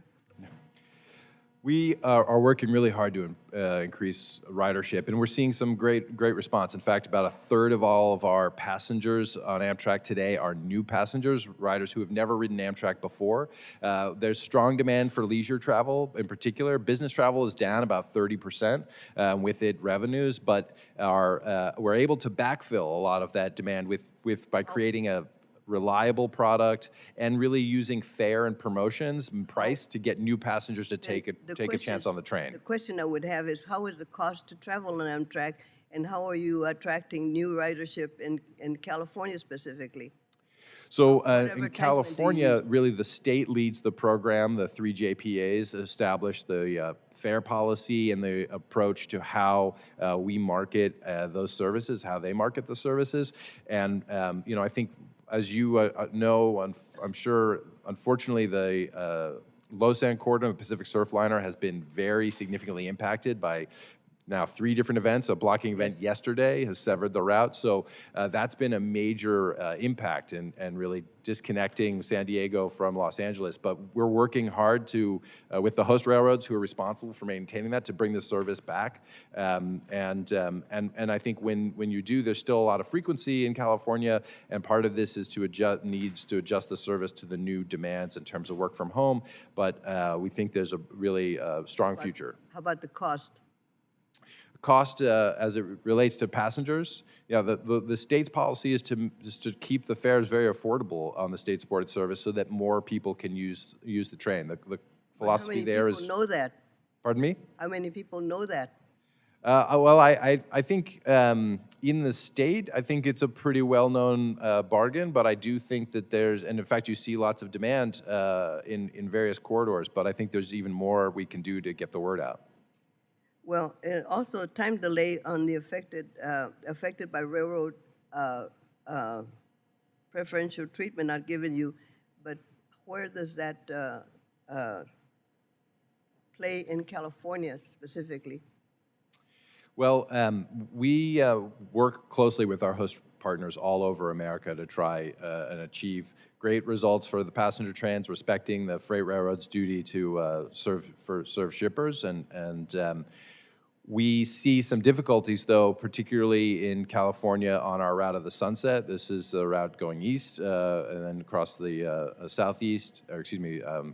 southwest, and in our service both from Sacramento north and between the Bay Area and Los Angeles on the coastline. So those are areas where we've had some delays. Some are infrastructure related, and some are related to congestion from the freight railroads. Thank you, Mr. Chairman. I yield back. Ms. Napolitano yields. I now recognize Mr. Burleson for 5 minutes. Thank you, Mr. Chairman. Mr. Gardner, I was an investment advisor prior to joining this circus. But I wanted to ask you, if I were your advisor and I brought forward a business that I wanted to recommend investing in, and that business lost $1 billion every year, since its inception, which you guys are older than I've been alive, has your company ever made a profit in any single year? No. Okay, so if I brought that turd of an investment to you, would you consider me a good investment advisor? Well, Congressman, I think the purpose of Amtrak's creation was not to create a dividend for the Treasury or create sort of an investment vehicle. It was to maintain and enhance passenger rail service as a fundamental piece of the mobility picture in the United States. And so I think Congress has been pretty clear that it's a service that requires investment, just like public transit service everywhere, or rural roads. These are things that need to exist to support commerce, to support our culture, support connectivity. Right. Okay, I'm going to get back some of my time here. The question I think most Americans ask, and I think people in my district, it's been said before, is that when you have a business that cannot operate and operates at a deficit such as yours, how do you justify giving bonuses in the amount of $200,000 to yourself and other executives? Well, again, I would say that Amtrak's mission is to connect America. Congress has been quite clear about their expectations about our route service, about all the operations that we make, and we do so trying to balance the need of service and our finances and be good stewards of the taxpayer money. To do that, we have to have an excellent... Who owns most of the rails that Amtrak uses? 97% of our route miles are owned by another railway. We're a tenant. So you are a tenant. Do you pay them? We do. How much? Incremental cost by statute. So it depends on the route, but this is set by... And they're required to have you as a tenant? Yes, because remember, they had the obligation to run passenger trains by law, and the government relieved them of that obligation and created a federal corporation to take it on. If I were to ask them if they were here, would you as a client, are you a net loser for them? Are you a liability? No, we have an incremental cost structure, which means we pay for the incremental costs associated with our use. Our trains are very light. We use very little of the sort of consumables of a railroad. And then we provide incentives for good on-time performance. So some carriers view us as a source of profit and are very focused on getting the incentive pay for good performance. So one of the questions I have is, we just went through this pandemic, and one of the key issues for my constituents coming up here was do something about the supply chain. Your trains, what's on average, what percentage are they full? Right now, we have load factors in the high 60s, so it's quite good. So 60%. 60, so about a little over half full. Yeah, but at peak periods, somewhere in the 90%. So when those segments, again, it's very different than an airline because we're serving many communities. When my constituents are trying to get goods and services timely into my district, do those freight trains have to give preference to these 50% or 60% occupied passenger trains? By law, they have to give preference. But I should say that, we run a tri-weekly train across various parts of our network, one train a day, 7 cars, 10 cars. These are not in position to being able to deliver freight service. I'm a former train dispatcher. I certainly know that there's ample capacity and you can run an efficient freight operation with passenger transport. I just want to press on you the impact that you have on the taxpayers. When I calculate per taxpayer in my district, your impact, just your deficit alone, costs every taxpayer in my district at least $7. Okay, now that may not be a lot of money to you, but to people in back home, they debate whether or not they're going to have Netflix or Amazon Prime or if they're going to pay the cable bill, right? And you're draining from every taxpayer $7 for a service that most of them, the vast majority of them, will never use. And so I'm asking you to reconsider your operation and try to become at least somewhat profitable. Congressman, I appreciate that. We take very seriously our role and the stewardship of federal funds, where we recognize that all of America pays for this service, as it does a variety of things the federal government invests in. We are looking to achieve, again, break even. We were at break even essentially in 2020. We would have ended with a net surplus had the pandemic not occurred. It's going to take a while to get back there, but we're focused on improving the financials and giving the most value for the federal investment that we get and that Congress sets in terms of our route network. The gentleman's time's expired. I now recognize Mr. Menendez for 5 minutes. Thank you, Chairman and Ranking Member Payne, my fellow New Jerseyan who cares about rail, is a great advocate as well. And thank you both for coming in. You can imagine serving the 8th Congressional District of New Jersey. This is an important issue for me. I appreciate what you're doing to bring Amtrak, Northeast Corridor, into the 21st century. continuing to find ways to bring Amtrak to new riders, to create greater capacity, ridership, and do things that continue to grow Amtrak. I mean, we've talked about how there's a increased demand for funding, demand outpacing supply. I can tell you that at the consumer level, that's the same case. You know, people want more options for rail, definitely in New Jersey, definitely in the greater tri-state region, and along the entire Northeast Corridor. And I imagine when people have access to Amtrak, to rail, in other parts of the country, that demand's going to quickly increase there as well, in addition to the trends that you're already seeing. So I thank you for that. Mr. Gardner, your testimony describes some of the key projects for which the bipartisan infrastructure law has provided funding. Specifically, your testimony highlights several critical pieces of the Gateway Project in my district, New Jersey's 8th. I want to take a moment to highlight the importance of these projects for my district and the entire region. About how many passenger trips pass through the 10-mile stretch between Newark, New Jersey, and Penn Station in New York City on just on an annual basis? Congressman, thank you for the question and for your interest in this program.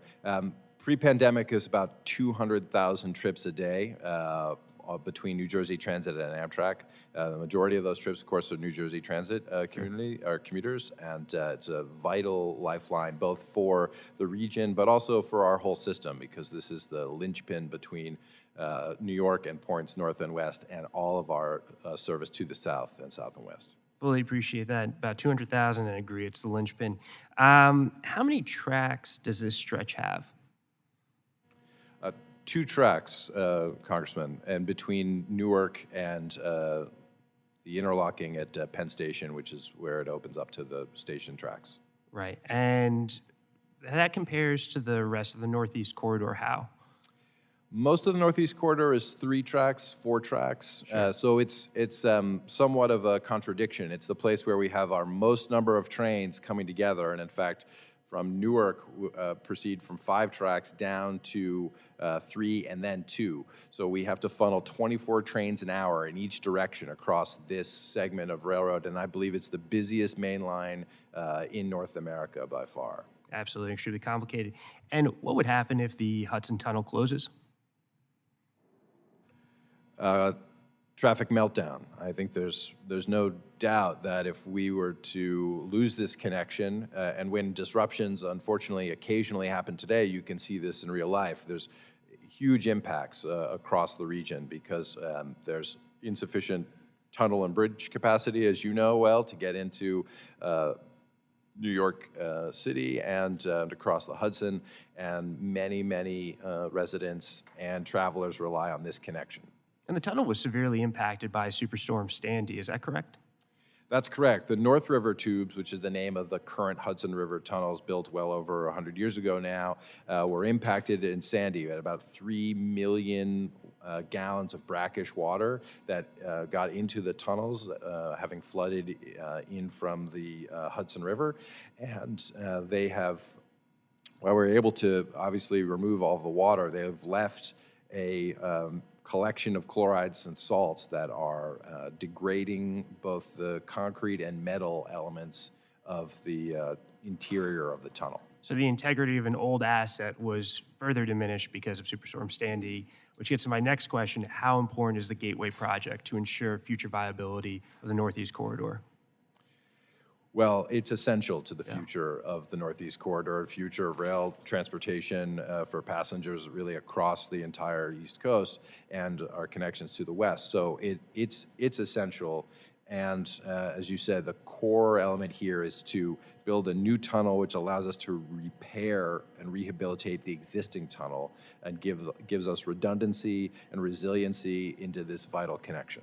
That's exactly right. So we would be strengthening, expanding the linchpin to the entire Northeast Corridor, and that's why this project is so important. I appreciate Amtrak's leadership in making sure that we continue to make progress on this vitally important project. That's one of the most important, if not the most important, infrastructure project in the country. I assure you, you have my support, Chairman, Ranking Member Payne's support, the entire delegation's support. We want to get this done and look forward to working with you a long time to support Amtrak. Thank you so much for coming here today. Mr. Menendez yields. I now recognize Mr. Kane for 5 minutes. Thank you, Mr. Chairman. I would like to thank the witnesses for being here today. This is a crucial hearing because many of my constituents and all New Jerseyans understand that Amtrak service is critical to our economy and to our livelihood. It plays a critical role in connecting communities and driving economic growth in the Northeast region and beyond. The outline of Connect NEC 2023 in place, my constituents are enthusiastic about the Hunter flyover that constructs a flyover south of Newark Penn Station to eliminate at-grade crossings, to reduce conflicts between trains, and to increase capacity for NJ Transit and Amtrak, enabling NJ Transit to improve the Raritan Valley line service. That is why I introduced the One Seat Ride Act to direct the Secretary of Transportation to conduct a cost-benefit analysis of one-seat ride trip versus a transfer trip option during peak hours on New Jersey Transit's Raritan Valley line. I'm eager to hear from our two witnesses and to gain insight into the challenges and the opportunities facing our passenger rail system. And I will remain ready, willing, and able to make sure that Amtrak is a reliable and efficient mode of transportation for all, and I am supportive of all of your funding requests. Mr. Gardner, it's good to see you again, both at the state level as well as now at the federal level.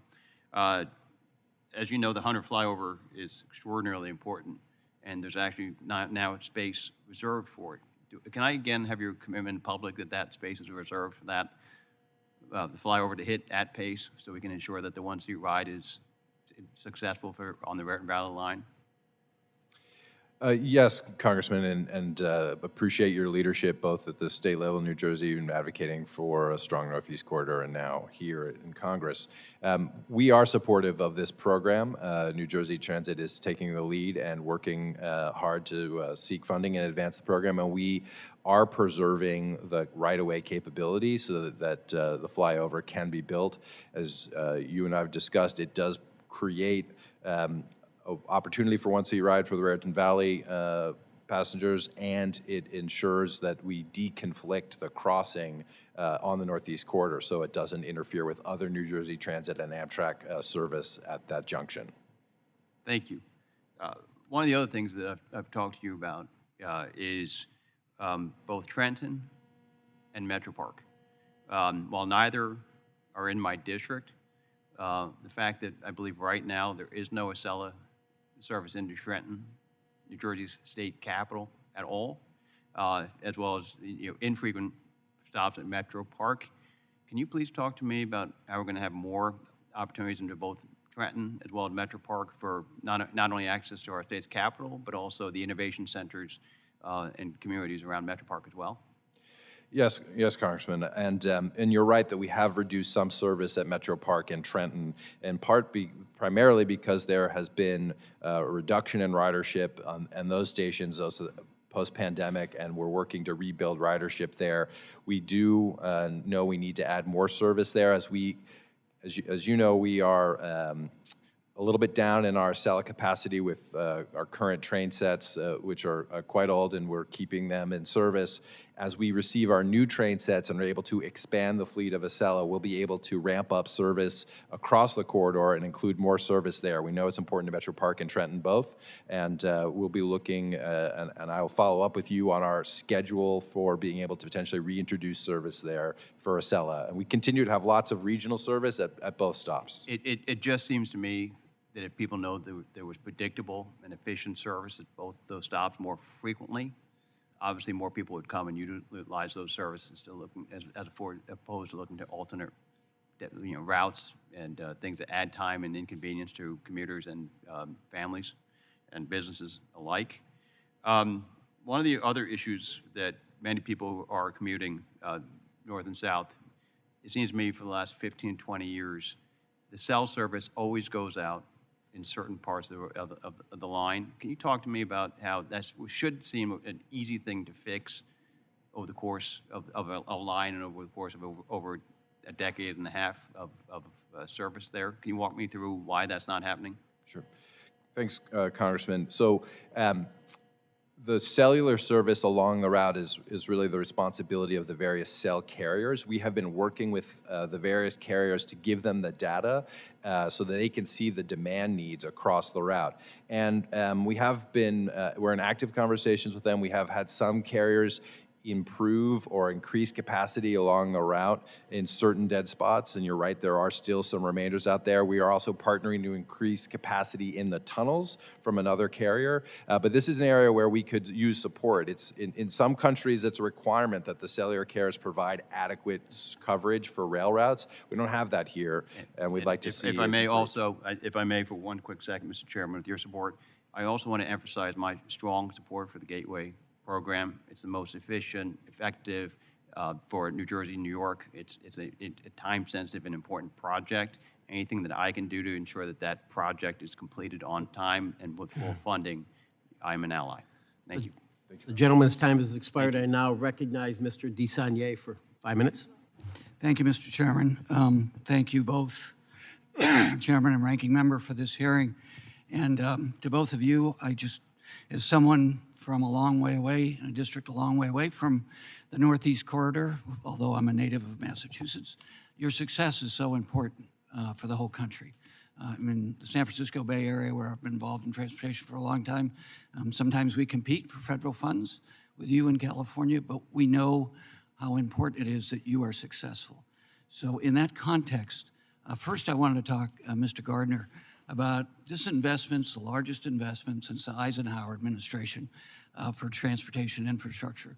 The Biden administration has been very focused, and I appreciate this as a member of this committee and as a senior member of the Education and Labor Committee, on expanding the middle class. We have the largest disparity between wealth and inequality in the history of this country right now, at least competitive. This investment is the single biggest thing economists tell us we can do to expand the middle class and give opportunity to poor people to move up.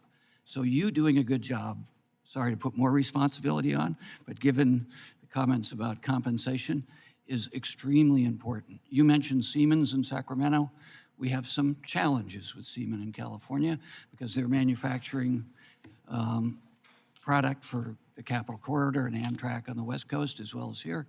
They have a long history of being very successful in procurement, but also an unfortunate history about pushing limits. They were part of the largest settlement with the US and the EU on foreign corruption charges not that long ago. They're aggressive when it comes to the global market. They're being aggressive right now in California about the procurement requirements under the infrastructure bill to make sure that there's a livable wage. I wonder if you could speak to that to make sure that we have people who are going to make money and we value them competing for it, strictly adhere to the requirements in this law, and starting in Sacramento, that middle-class Americans and working Americans benefit from this infrastructure, and we're very careful about adhering to the requirement for a livable wage when they build this product.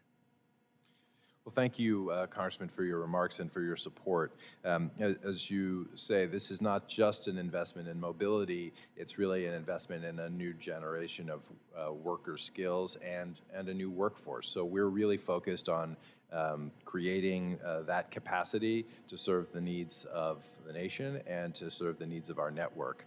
And as you rightfully say, this is a big increase in available funding for Amtrak and our other partners, state partners, et cetera, and we're all gearing up with greater expertise to be able to manage the dollars well. Part of that is managing our contracts well, being able to oversee those many private sector partners. And to be clear, the vast majority of the dollars here spent are going to go from Amtrak to a private sector partner, to a big construction firm or to a manufacturer who are going to build or deliver great things for us. And so a key aspect of our capacity is creating the expertise, the knowledge to be able to effectively manage our contractors, ensure we get good value out of them. So I can assure you we're working very hard to pass on all the requirements that we receive from the federal funding and the requirements that Amtrak ourselves have, both from policy and in law, and make sure that we get good follow-through and compliance from all of our entities. And we'll do that, I can assure you. We're about to go into the market again. Will be the first time we're purchasing since the IIJA has been enacted, for our big fleet of long-distance equipment. This is going to be the largest order of passenger equipment since the 1940s acquisition by the New York Central. So it's a huge opportunity, and we're going to be working really hard to make sure we get good value. So I'm gonna hold you to that, specifically on the issue in California. We need you to make sure that that investment goes back to the people it was intended to, working Americans, not to companies with questionable track records in terms of ethics, and to their investors offshore. Mr. Warren, just the importance of connectivity. You have a lot of MPOs and other governing agencies. We know in successful countries like Japan, the connectivity between intercity transit and intracity and commuter. Talk to your challenges briefly about working with your partners along the corridor. Yeah, thank you, Congressman. And one of the reasons we were created was because of the complexity, the fact that there are so many different owners and operators on the corridor and the intercity and the commuter service. There's a lot of tension, natural tension between priorities that Amtrak might have for intercity service and priorities commuter railroads might have for commuter service. So it's been an important forum to be able to bring people together, to work through those issues, to determine how to share costs. I mean, that we share about $1.3 billion a year in operating and capital costs. And we have a formula that does it, we have a policy that does it, and it saves Amtrak from doing a lot in one-off negotiations with every different railroad, and it makes sure all those railroads are on an equal, fair footing when it comes to paying their shared costs for the use of the corridor. So it's been very valuable, both in getting everybody on the same page when it comes to planning and paying for the corridor, because there's just a lot of natural tension when you have The gentleman's time commuter has and expired. intercity. I now recognize Mr. Williams for 5 minutes. Thank you, Mr. Chairman. You may have noticed that we've had a recent discussion about spending in this country. And looking at the numbers, it looks like that Amtrak relies on the credit card of the American taxpayers in order to stay in business. And that seems like increasingly an unviable path. The Amtrak board awarded millions of dollars in performance bonuses to yourselves and others in fiscal year 2021. These bonuses were paid despite Amtrak losing more than $1 billion in fiscal year 2021 and is projected to lose $1 billion a year for the foreseeable future. That's a lot of credit card debt. The head of the transportation workers unions even described these bonuses as an affront to Amtrak workers and further stated that every taxpayer should be livid. And based on the conversation that we had in the House floor last week, I think taxpayers are livid, and the credit card days are coming to an end. You mentioned in your testimony to take seriously the use of public funds, and yet you continue to pay out what the New York Post calls a gravy train of performance bonuses. Mr. Gardner, have you ever worked in the private sector? Yes, sir. And in what capacity, please? And what time frame? So as a railroader, I worked in a variety of functions: trackman, brakeman, train dispatcher. And when was that? This was in late 90s, and prior to that, I had a number of retail jobs, other things throughout my history. Well, in the last 25 years, and I suspect before that, there is a strong correlation in the private sector between actual financial performance and bonuses paid to the people responsible for that financial performance.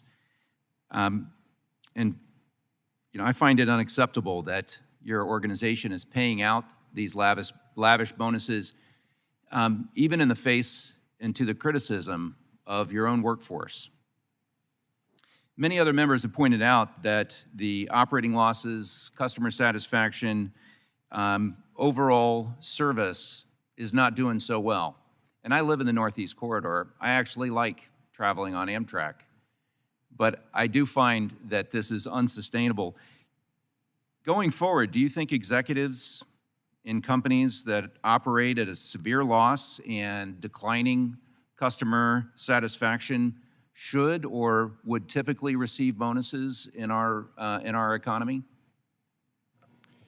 Well, Congressman, so first off, the incentive program, again, encouraged by Congress and all the entities that provided us guidance here, the GAO, the OIG, are triggered two improvements. So we are improving financial performance, we're improving customer service scores, and improving Amtrak controlled delays. That's how we achieve benefits. And in fact, again, our losses are coming down compared to the numbers you quoted.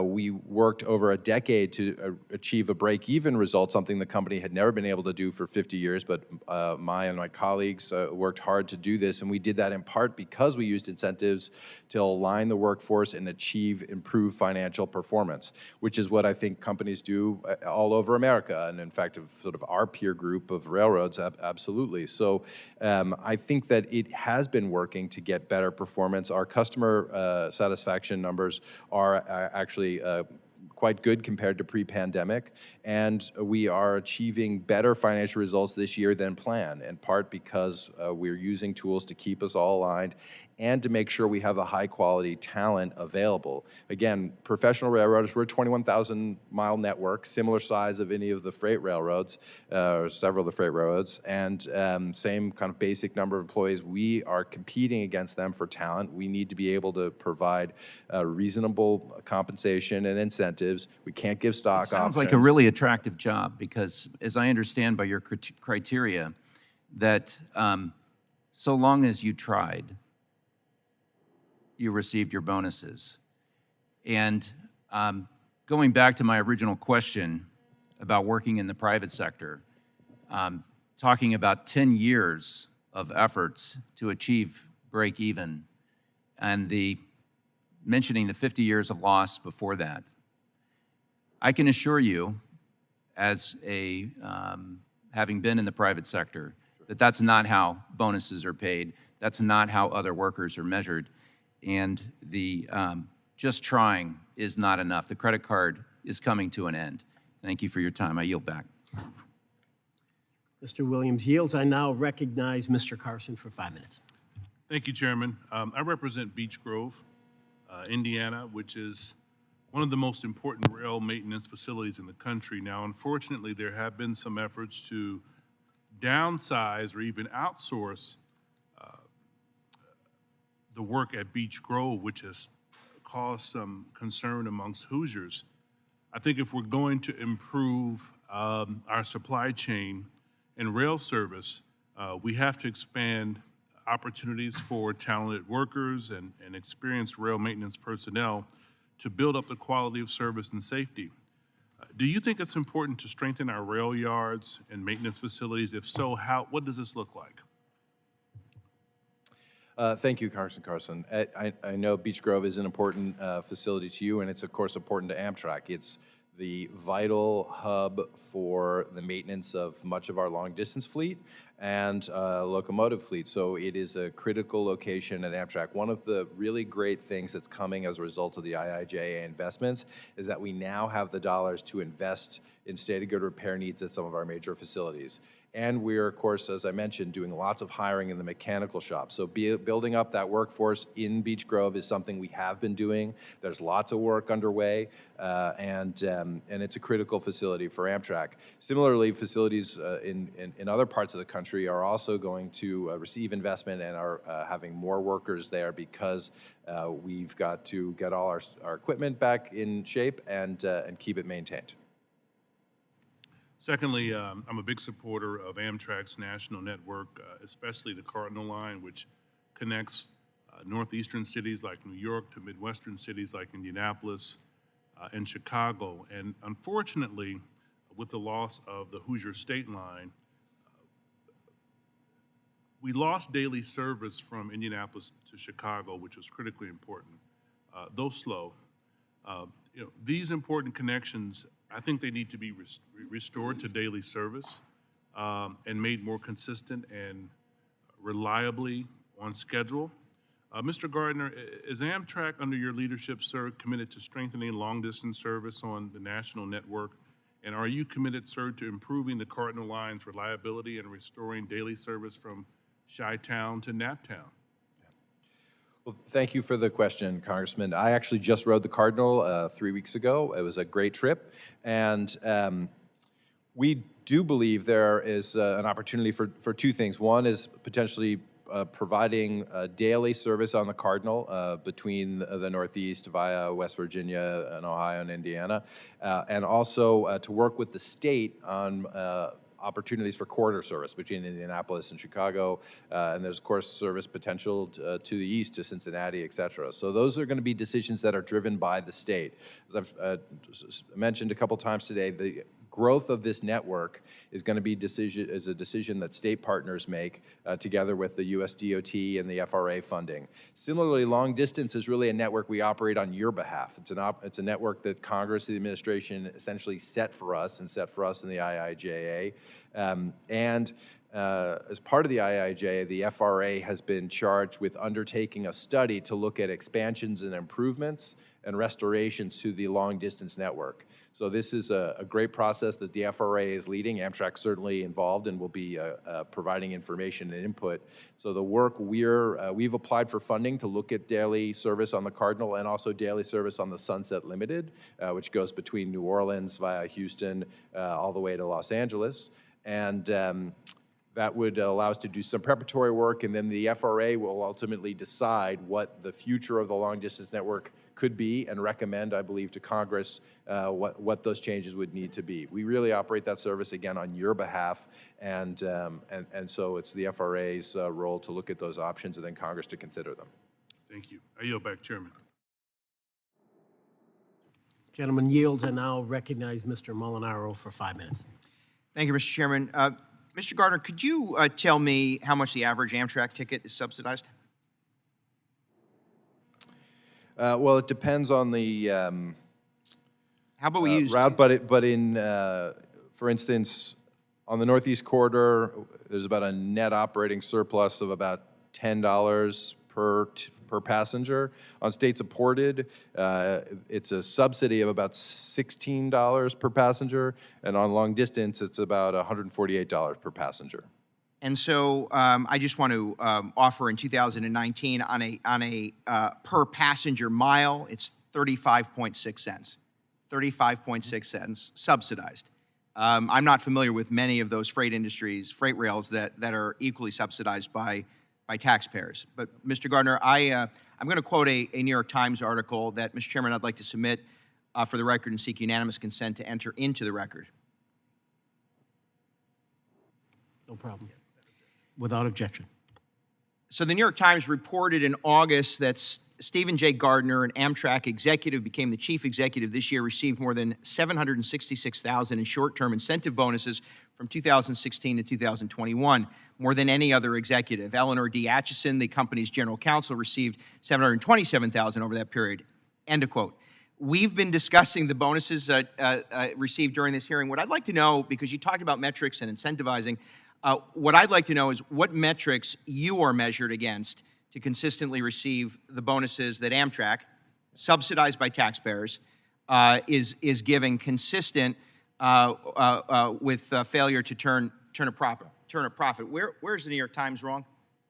Well, first off, just to answer the question of consistency, that the program, of course, isn't consistent. We have not received bonuses many of the years that the program's been available because we failed to. Mr. Gardner, I'm speaking about 2016 to 2021. In 2021, during the height of COVID, when thousands of families were either unemployed or sadly lost lives, like mine, what metric would you use to determine a $200,000 bonus is sufficiently acceptable for an industry subsidized by taxpayers? In 2020, we suspended our bonus program. Executives like myself took a 22% pay cut for the entire year. And so your answer is, Mr. Gardner, I have 5 minutes. Your answer is in 2021, since you sacrificed in 2020 2021, $200,000 is sufficient? No, the basis for the 2021 award was our financial performance, which beat our anticipated levels by working hard to do that in Lowest ridership and lowest point of Amtrak ridership, absolutely. massive folks left on work sitting on the sidelines while many of your employees were working damn hard. I want to turn because that to me frames my next line of questioning. Okay. In 2022, Amtrak's 2022 ADA progress report, Amtrak has fully managed to address its ADA responsibility at only 90 of the 387 stations where it's responsible for implementation. So as you know, in 1990, the Americans for Disabilities Act was established a 20-year time frame for intercity rail stations to be fully accessible for those with disabilities. Amtrak's appropriated $275 million for accessibility upgrades. And yet, in the Northeast Corridor, I can tell you my own experience in Dutchess County, Rhine Cliff, New York, Amtrak should be ashamed of its lack of ADA compliance. In Hudson, New York, Northeast Corridor, Amtrak should be ashamed of its consistent failure to make ADA compliance. If you think this doesn't frustrate folks like us, it does. What commitment is Amtrak able to make today to fully fulfill the ADA requirement adopted in 1990, knowing that at the very least in the Northeast Corridor, in my part of the country, we have for now 2 generations been left with individuals in wheelchairs trying to find their way over active tracks? Congressman, I share your passion for compliance of the ADA. But not the outcomes, Mr. Gardner. We have been working hard, and we have achieved significantly more progress than you've noted. So there are 110 fully compliant stations and 69 additional compliant stations with the exception of platform work. Much of the work that has been done to date was retarded by a lack of funding. That is now solved with the IIJA, which provides $1.2 billion for us to bring all of the facilities that we are responsible for, the roughly 380 you mentioned, into compliance. We will do that. The last project will be in 2028.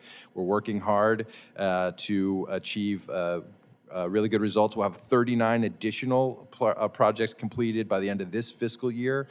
So we are on path to address this. One of the main issues is also the various ownership of these stations. We own a very small percentage of the stations, and we have to get. Mr. Gardner, I appreciate my time is up, Mr. Chairman. I just would say I was quoting from your IG report, and it would be I would like to see the same kind of commitment to achieve the ADA compliance as you suggest.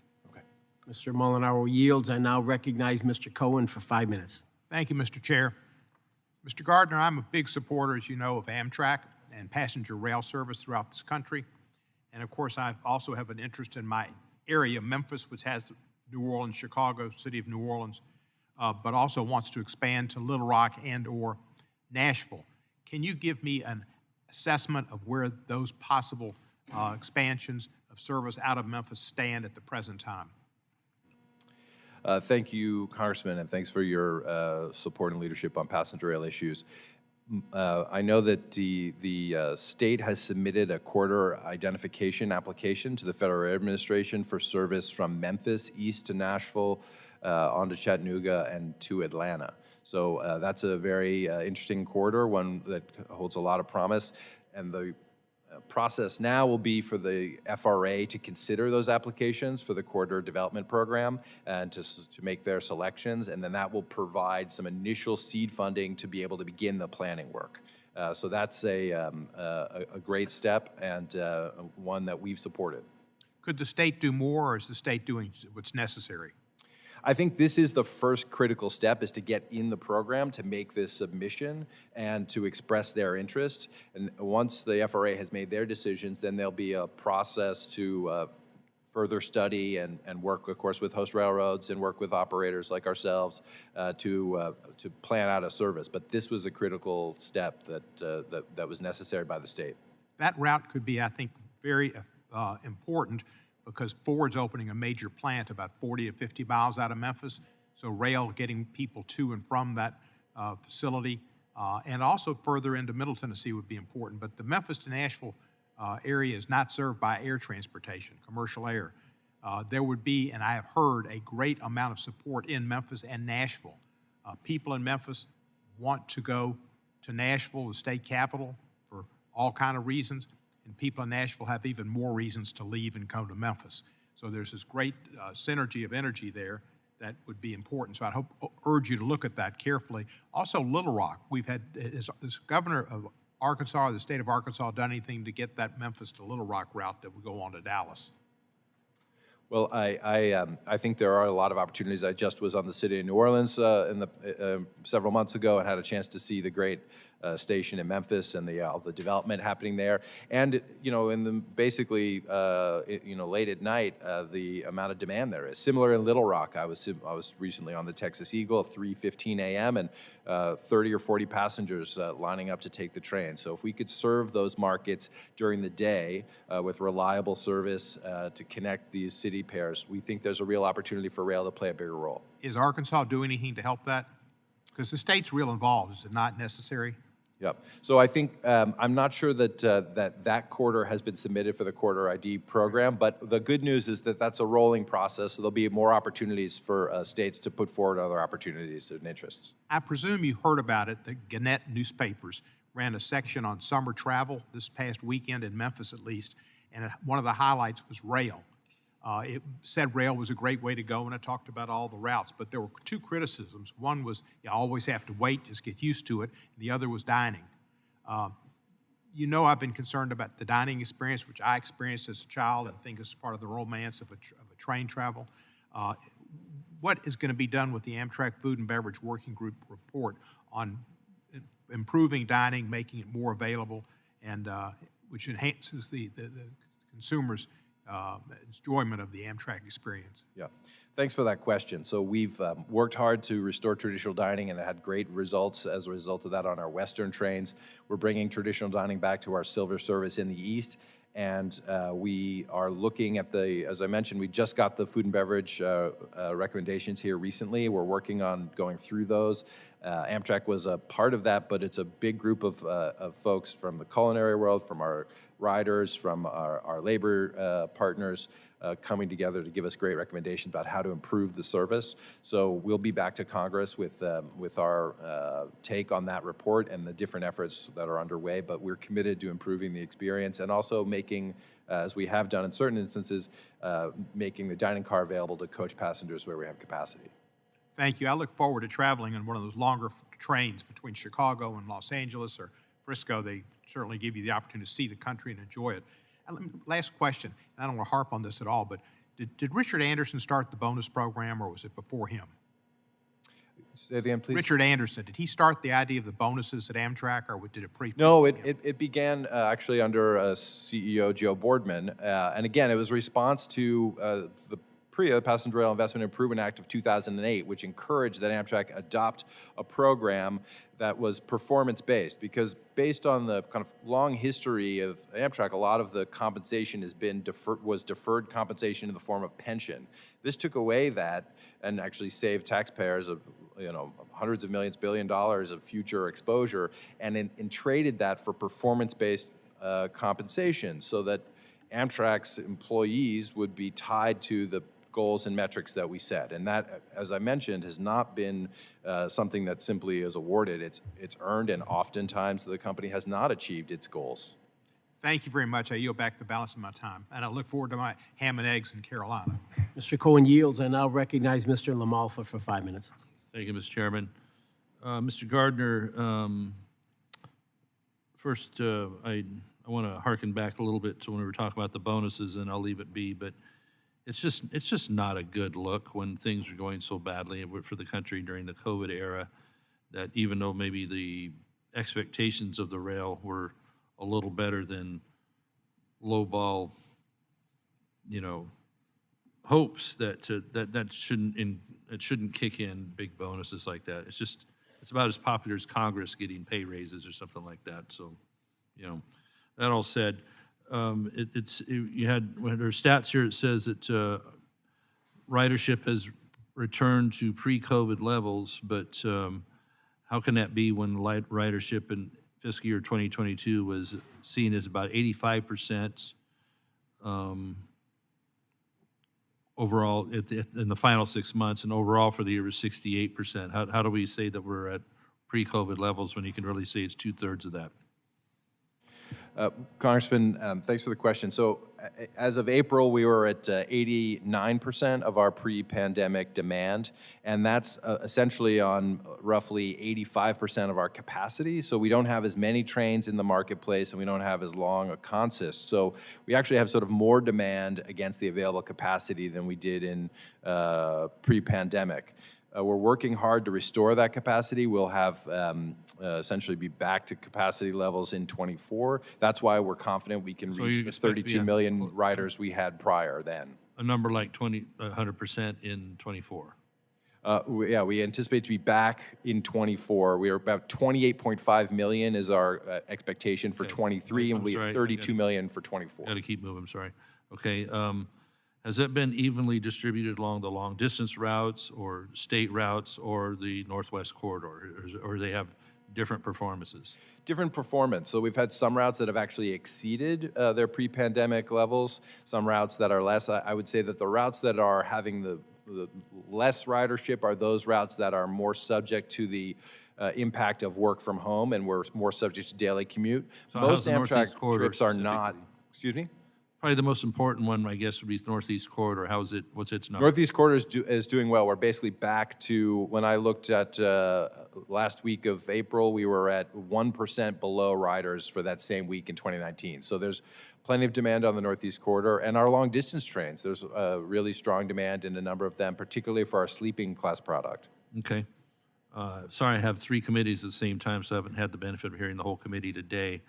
I have a reference here to what was known as the train ride from hell in January this year from Virginia to Florida.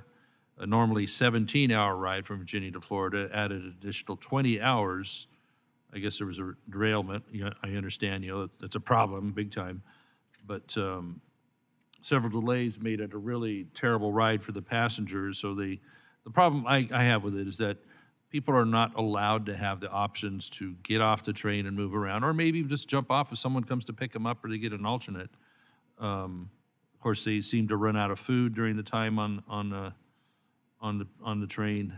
So, and then just a lack of knowledge of what's going on, so people can maybe exercise options. So, what's being done? You hear that with airlines sometimes too, with leaving the gate.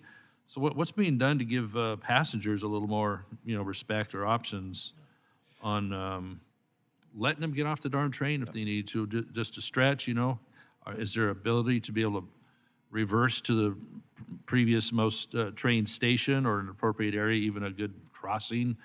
People could get off and what do you think about that? So you're right that this was a very difficult trip. We certainly apologize to and refunded all our customers. This was driven by a grade crossing accident on CSX between a CSX freight train and a vehicle that essentially blocked the route. And our train, this is a special train. This was the auto train. So this is a train where we have a number of cars that are carrying passengers and then a number of auto racks that are carrying their vehicles. So it's a very unusual train. We had already departed the terminal, and because of the configuration and length of this train, it was not possible to reverse it or to turn it anywhere en route. CSX gave us the information, I think the best information they had at the time, which was to reroute this train, but it turned out that routing took much, much longer than CSX had expected, and they were required to produce additional crew to help us navigate the portion of the route we don't normally use.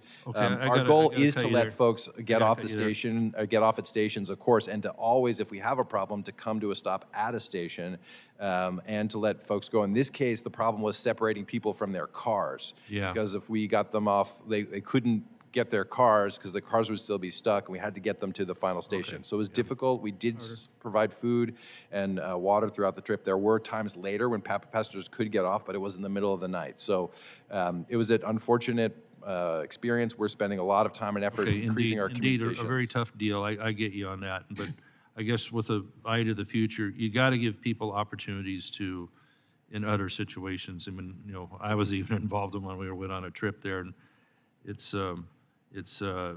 you got to give people options to be able to at least get out, move around, and get better service that way. So my time flew by. I'll yield back, Mr. Chairman. Thank you. Mr. Malhofa yields. I now recognize Mr. Carter for 5 minutes. Mr. Chairman, Ranking Member, thank you very much. Mr. Gardner, for the people of Louisiana who have been very patient in waiting for rail between New Orleans, Baton Rouge, and Mobile, here's your shot. give them the shot of the arm of confidence that this is actually going to happen? Well, thank you, Mr. Carter. And we are very confident about bringing service to the Gulf Coast. We have reached a settlement with our partners, and our hope is that that could commence by the end of the year. We'll see. It could be pushed on a little longer. It's going to be depending on some construction work that's happening in Mobile, the station there, some other things. But we're working hard. There's strong support from the states and the Southern Rail Commission, as you know, and we're really just at this point got to get all the elements in place. But Amtrak is committed, has been long committed to this service and to be a partner to the Southern Rail Commission. As it relates to Baton Rouge, we supported certainly the Louisiana and Southern Rail Commission efforts there, and have a strong partnership with Canadian Pacific, now KC, to permit us to operate trains over that route. There's going to be some investment required, particularly to deal with the spillway there, to be able to facilitate the service. But a good plan. Both ourselves and CP are soon to be in receipt of the preliminary engineering work sort of report that's necessary for us to look at those opportunities. But we see that service there could happen in several years, and on Mobile to New Orleans, that should be really within the year. Fantastic. Thank you very much. I know how hard you guys worked on it, but I want to emphasize the importance it is for the people of New Orleans, for the region, and it's something that has been long awaited, and we're very excited about the movement. In the Gulf Coast Working Group of 2017 report to Congress, they wrote, in the more than 10 years since Hurricane Katrina struck, Gulf Coast leaders and residents have made great strides in rebuilding businesses, communities, and infrastructure that connects cities across the region. In the last 5 years, more than $3 billion in private funds were invested in industrial, medical, IT, and aerospace sectors. As mentioned earlier in this report, during the next 30 years, the Gulf Coast and Florida populations are expected to increase by 10 million to 13.8 million, respectively. For the region to harness this projected population growth, it needs multimodal transportation systems that provide transportation as alternatives. Do you believe that this route serves as the multimodal transportation system that was called for 5 years ago? I think it's the beginning of that service, absolutely. There's going to be the initial corridor service, and then certainly opportunities to strengthen connectivity between the intercity passenger rail service and local transit, because as the report says, it's really critical that we create a network of operations that can support people traveling without their cars. We think this initial service is a great start. We're excited for it, and I think there's a lot of support amongst Do you see this for being useful for commuters as well as vacationers? Absolutely. We see there's a strong international visitor component in New Orleans that will find rail service, I think, attractive. And then we see a lot of opportunity along the Gulf Coast there for many of the towns that have things to offer visitors, and for workers and who need to travel between the various cities for jobs. And we find ourselves now in hurricane season. Share with me your view on it being able to be utilized as a mode of transportation for disasters and evacuations. Well, we've had some experience with this in the past, and I think that the difficulty typically with using passenger trains for evacuation, unless it's well in advance, is that our host railroads, the freight railroads, often curtail their own operations in advance of a hurricane. So if they've shut down the railroad, we can't operate over it. Having said that, certainly we endeavor to work with FEMA and work with the state emergency management folks about creating opportunities for service when there is a need. But it's difficult where we don't control the railroad. Okay, you got a few seconds left. I want to go back to these Chrissy grants that were mentioned earlier. Chrissy grants, share with us and the public benefit of your having access to Chrissy grants. Well, Chrissy really is a unique program in that it's available to a broad set of eligible participants to cover a variety of rail improvements. Most of the CRISI grants we've ever been involved with are at the request of states or railroads who seek to gain safety investments or other improvements in their properties that'll Go back for a facilitate second. passenger rail. Safety. Absolutely. Safety. One of the most significant things that we can do with transportation going through communities is making sure the communities are safe. Is that correct? Absolutely. I yield back. Gentleman yields. I now recognize Mr. Mann for 5 minutes. Thank you, Chairman Nels. I represent the big first district of Kansas, which is 60 primarily rural counties in western, central, and a few in the eastern part of the state of Kansas. Transportation infrastructure is very, very important to us. The Southwest Chief route runs through the state of Kansas, where 53% of residents live within 25 miles of a passenger rail station and 75% within 50 miles. Kansas is also home at the same time to 4,600 miles of active rail, which Amtrak utilizes for its passenger rail service. Mr. Gardner, the Southwest Chief route runs right through my district and makes several stops each night and early morning. I'm just wanting to confirm that you, as the CEO and Amtrak, are supportive of long-distance passenger rail routes like Southwest Chief. Yes, sir, we are. We're supportive of the chief, and we are looking to hopefully connect the chief with the leadership of the two states of Oklahoma and Kansas, potentially to the Heartland Flyer in Newton. I appreciate that. I've heard that Amtrak has planned on reducing the sleeper car capacity of the Southwest Chief route. This seems a little contradictory, seeing that I know you're supportive. Is this true, and can you provide an explanation? No, I'll get back to you on the specific details, but our goal here is to, in fact, put as much sleeper capacity as we can on routes with strong demand. The western routes have particularly strong demand.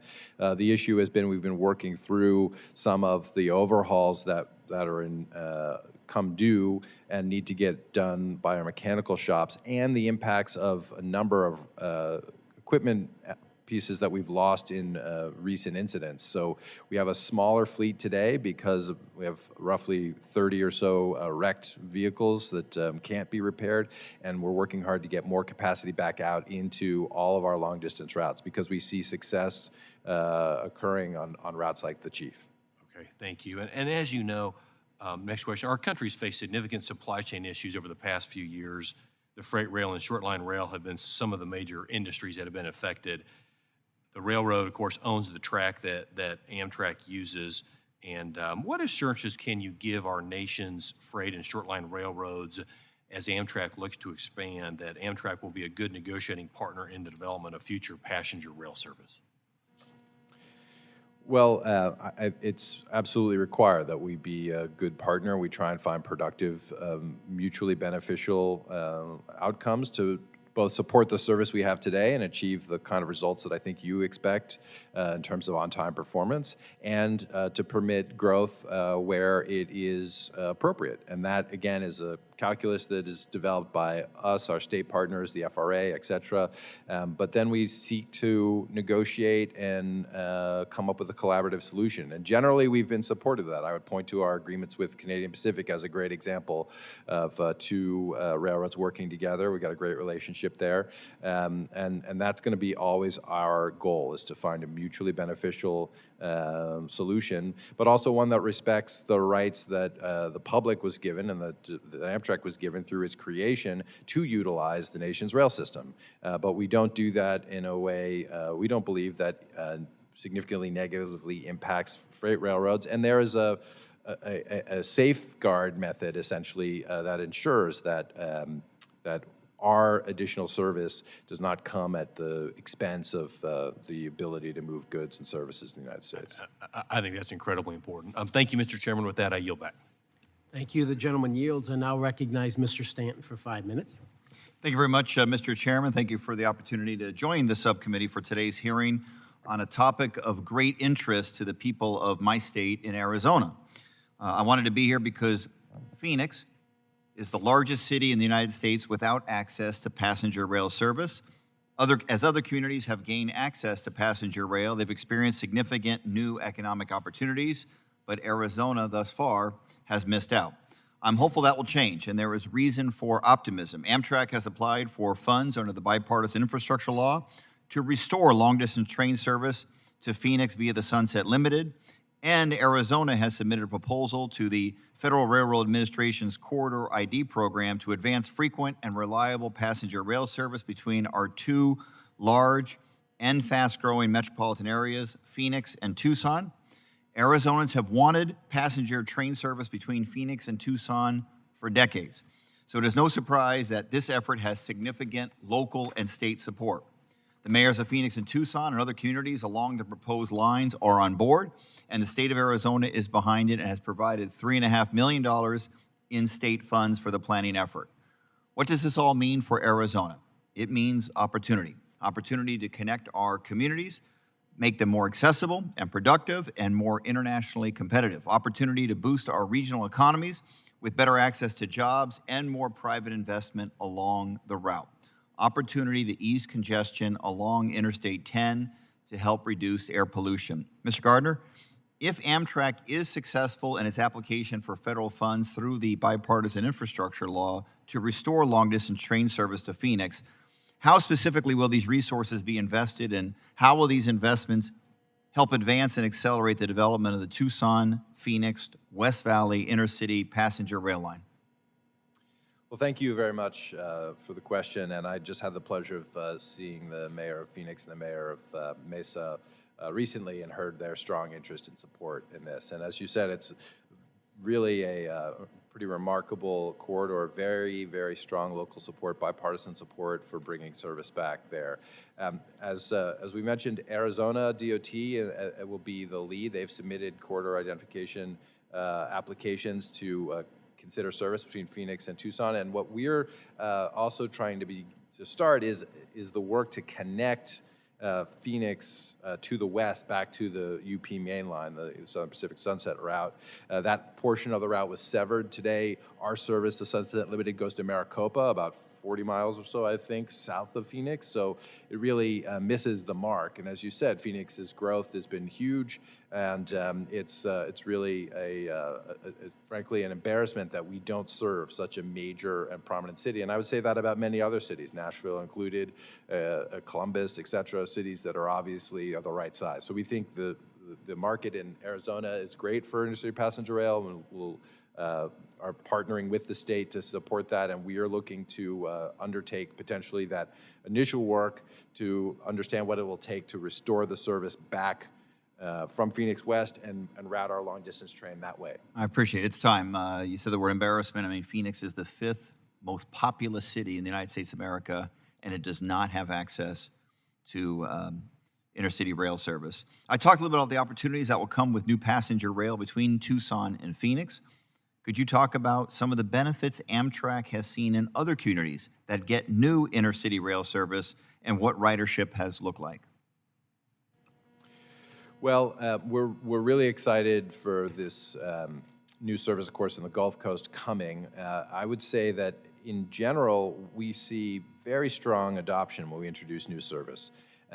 Everywhere I go across America, communities small and big, the common refrain I get is, how come we don't have more trains? How come we don't have faster trains? How come I don't have more service in my community? I've really, literally never met anyone who wasn't interested in more trains to their locations. And when we see new service introduced, we get really an initial period, of course, of introduction, but we've seen very strong results. We just extended, for instance, the service to Burlington, Vermont, up from Rutland, which has been a long time coming, and we've already exceeded our expectations there in terms of the ramp up of the service.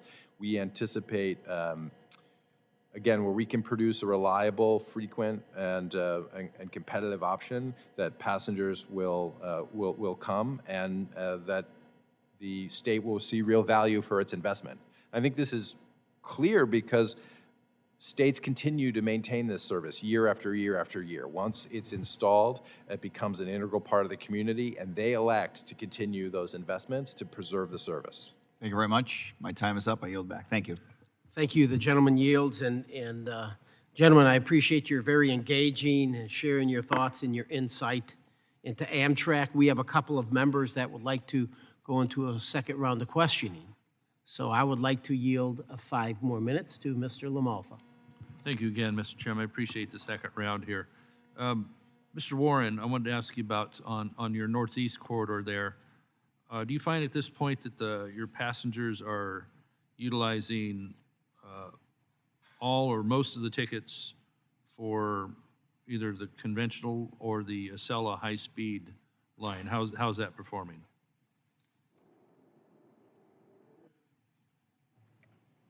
I'm sorry, passengers are utilizing the Amtrak regional and Amtrak. How are ticket sales for the high-speed line, basically? Yeah. Are they Well, selling out? Acela's Are they struggled staying some because they've had a shortage of trains and have just been replacing them. The regional trains have been doing very well in the corridor. The leisure travel. Are the high-speed Acela trains selling out? I might turn to Stephen for that. I know the trains I've taken have been very busy, partly because there's been fewer of them, but they've also been getting more leisure travelers on the Acela trains to make up for some of the loss of business travelers. So overall, the ridership, as Stephen mentioned before, on the corridor is very strong, particularly Amtrak. The commuter railroads. I'm trying to parallel this with the prospects of a high-speed rail in California. Of course, it's going to be 4 times more the cost that was sold to the voters back 10, 12 years ago, whatever it was. And so I want to see the performance of, on a dense route, like, so I'll ask it again. Do you believe Acela, the high-speed trains in of themselves, are they performing well on tickets, on sales, or are they half full? How's it look? Yeah, well, before COVID, they were making a significant profit, an operating profit. That was largely driven by the Acela trains and the sales made for tickets on the Acela trains. Mm-hmm. I believe the profits were in the neighborhood of $300-400 million a year on the operating side on the Northeast Corridor pre-COVID. Obviously, since COVID, they've been down, but the Acela trains have been very successful and have driven significant operating profits on the corridor. Okay, thank you. Mr. Gardner, what do you anticipate the Amtrak's relationship will be with California with the high-speed rail line, whatever portion that may be completed of that? Right now, it's going to start in an almond orchard and somewhere around Bakersfield and be completed somewhere around Madera is just the first segment. There's going to be 2 more giant segments needed after that. What do you think Amtrak's role will be with whatever that's going to be? Well, Congressman, thanks for the question. I think that, first off, the state and the authority and our partners, JPAs, will decide exactly how the service is going to progress. My understanding is that there will be a connection between the San Joaquin service to the new high-speed service, and we'll see if Amtrak is the operator there. I mean, we are really the partner, we're the provider of service, so it's really the state and the authorities that are going to decide how the service operates. But we will connect wherever we can with our long-distance service, of course, to create opportunities for riders to connect to the service. Yeah, okay, thank you. When we're talking in general about expansion of service or lines, or, are we talking building new tracks somewhere for Amtrak? Most often not. So most of the expansion opportunities that we see and that many folks have applied for through this corridor development program are to take existing railway lines and upgrade them in some instances, or use them if they're already at the right class of track. And for the most part, so there might be areas where you're adding more parallel track or even making brand new, breaking ground on new routes. There will be instances where additional track is necessary, often within an existing right-of-way, because many right-of-ways used to have more track than they do today, and we're downsized by the freight railroads. So, but in some cases, there may be a need for some additional track or new routes, but much of the proposed expansion of service is on existing rail lines. Okay. How do you expect that, I'm not trying to be a mean guy here on this. I like passenger rail, and I enjoy it on the times we get to run up and down the corridor here and such, but, it's got to be in the ballpark of at least breaking even or profitable. So how does adding more to a situation that is not profitable or break even going to help the bottom line to not take that even in a deeper spiral? Well, Congressman, I would say that most of the really all of the states who decide to get into this business of supporting passenger rail do so for broader mobility goals, the same way that public transit operates, right? Public transit is not profitable. It comes with significant investments that are required, but it creates value by providing mobility that then enables more economic activity, enables development in cities and towns. So I think that's the rationale on which folks invest in passenger rail, because transportation in and of itself is often unprofitable. If you add all the costs of the aviation system to what the carriers pay, you don't, I think, in a way, see a net profit. Similarly, on the highway system, it's a means to create value in these transportation systems. And so states elect to start new service or fund the service they have because they get value for their citizens in doing so. I get you. I'm going to have to yield the time here, so thank you. But Thank it you. sounds like the bottom line is that indeed it will add more negative costs that federal government will have to cover if since there doesn't seem to be the ability to have profit. So thank you again for your indulgence, Mr. Mr. Malonfa, yes, Lamalfa yields. I now recognize Ranking Member Payne for 5 minutes. Thank you, Mr. Chairman. And we've heard a lot about Amtrak not turning a profit today. Last month, we heard from the very profitable freight railroads and from their customers about their ongoing supply chain challenges and how the freight rail customers are still not getting adequate service. Mr. Gardner, what would happen to Amtrak's service if you adopted a single-minded focus on profitability? Congressman, I think essentially none of the national network trains that are long distance would still be in operation. They all require significant investments. And the state-supported routes are by and large funded by the states. There's a little bit of federal investment there, and under the new policy we developed, Amtrak is providing some of the core security and insurance costs. But those routes would be at risk if the states elected not to continue to fund them. The Northeast Corridor, to just go to the earlier conversation, pre-pandemic was creating about $500 or $550 million in net operating surplus, but of course that relies on a very significant investment in capital to bring the assets up to a state of good repair. So federal funding is required for this network. It always has been, it likely always will be. Our goal is to try and get as much value for the American taxpayer out of that and run the network that you all as our owners tell us that you want for the nation. This is similar for every passenger rail operator around the world. And we take our stewardship responsibility seriously, and we're trying to always balance that connection between sort of quality of service and level of service with expense. And of course, we still have to live every year with the dollars that are provided to us in the annual appropriations. So the railroad entities around the world have the same challenges as Amtrak does. They do, except they receive significantly more funding typically than Amtrak does. Thank you. Yep. That's what I wanted to hear. Mr. Warren, how would passengers along the Northeast Corridor react to these changes to services?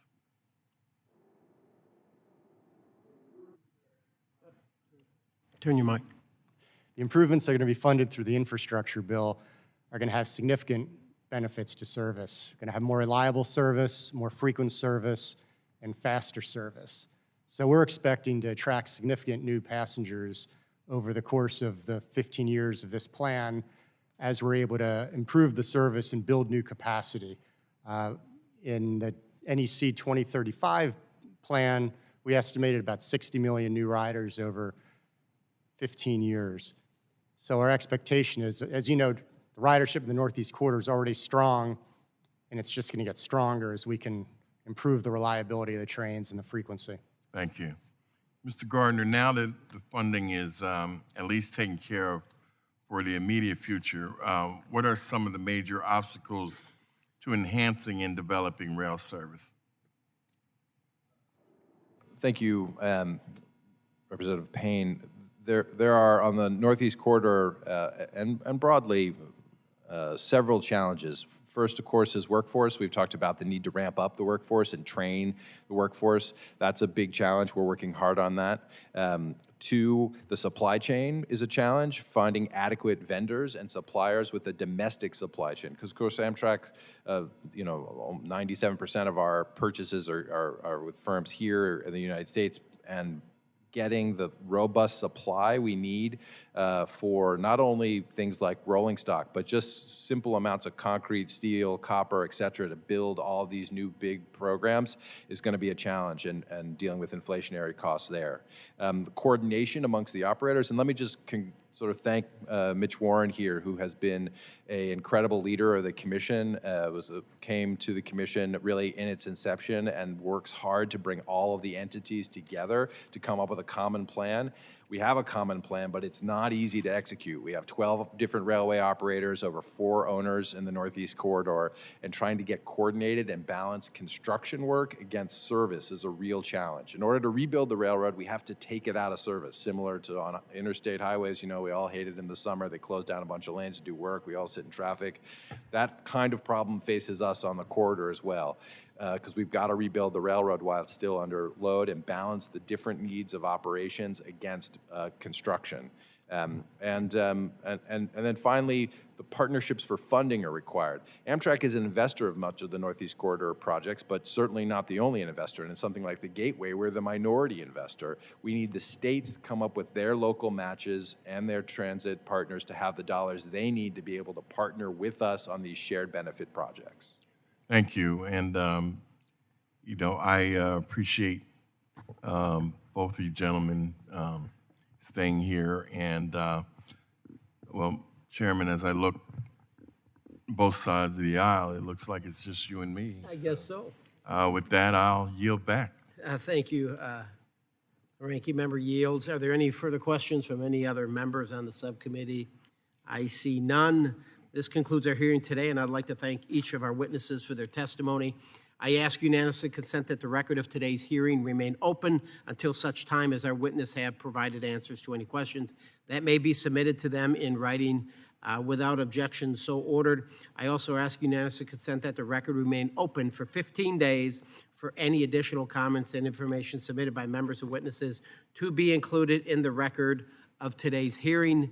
Without objection, so ordered. The subcommittee stands adjourned.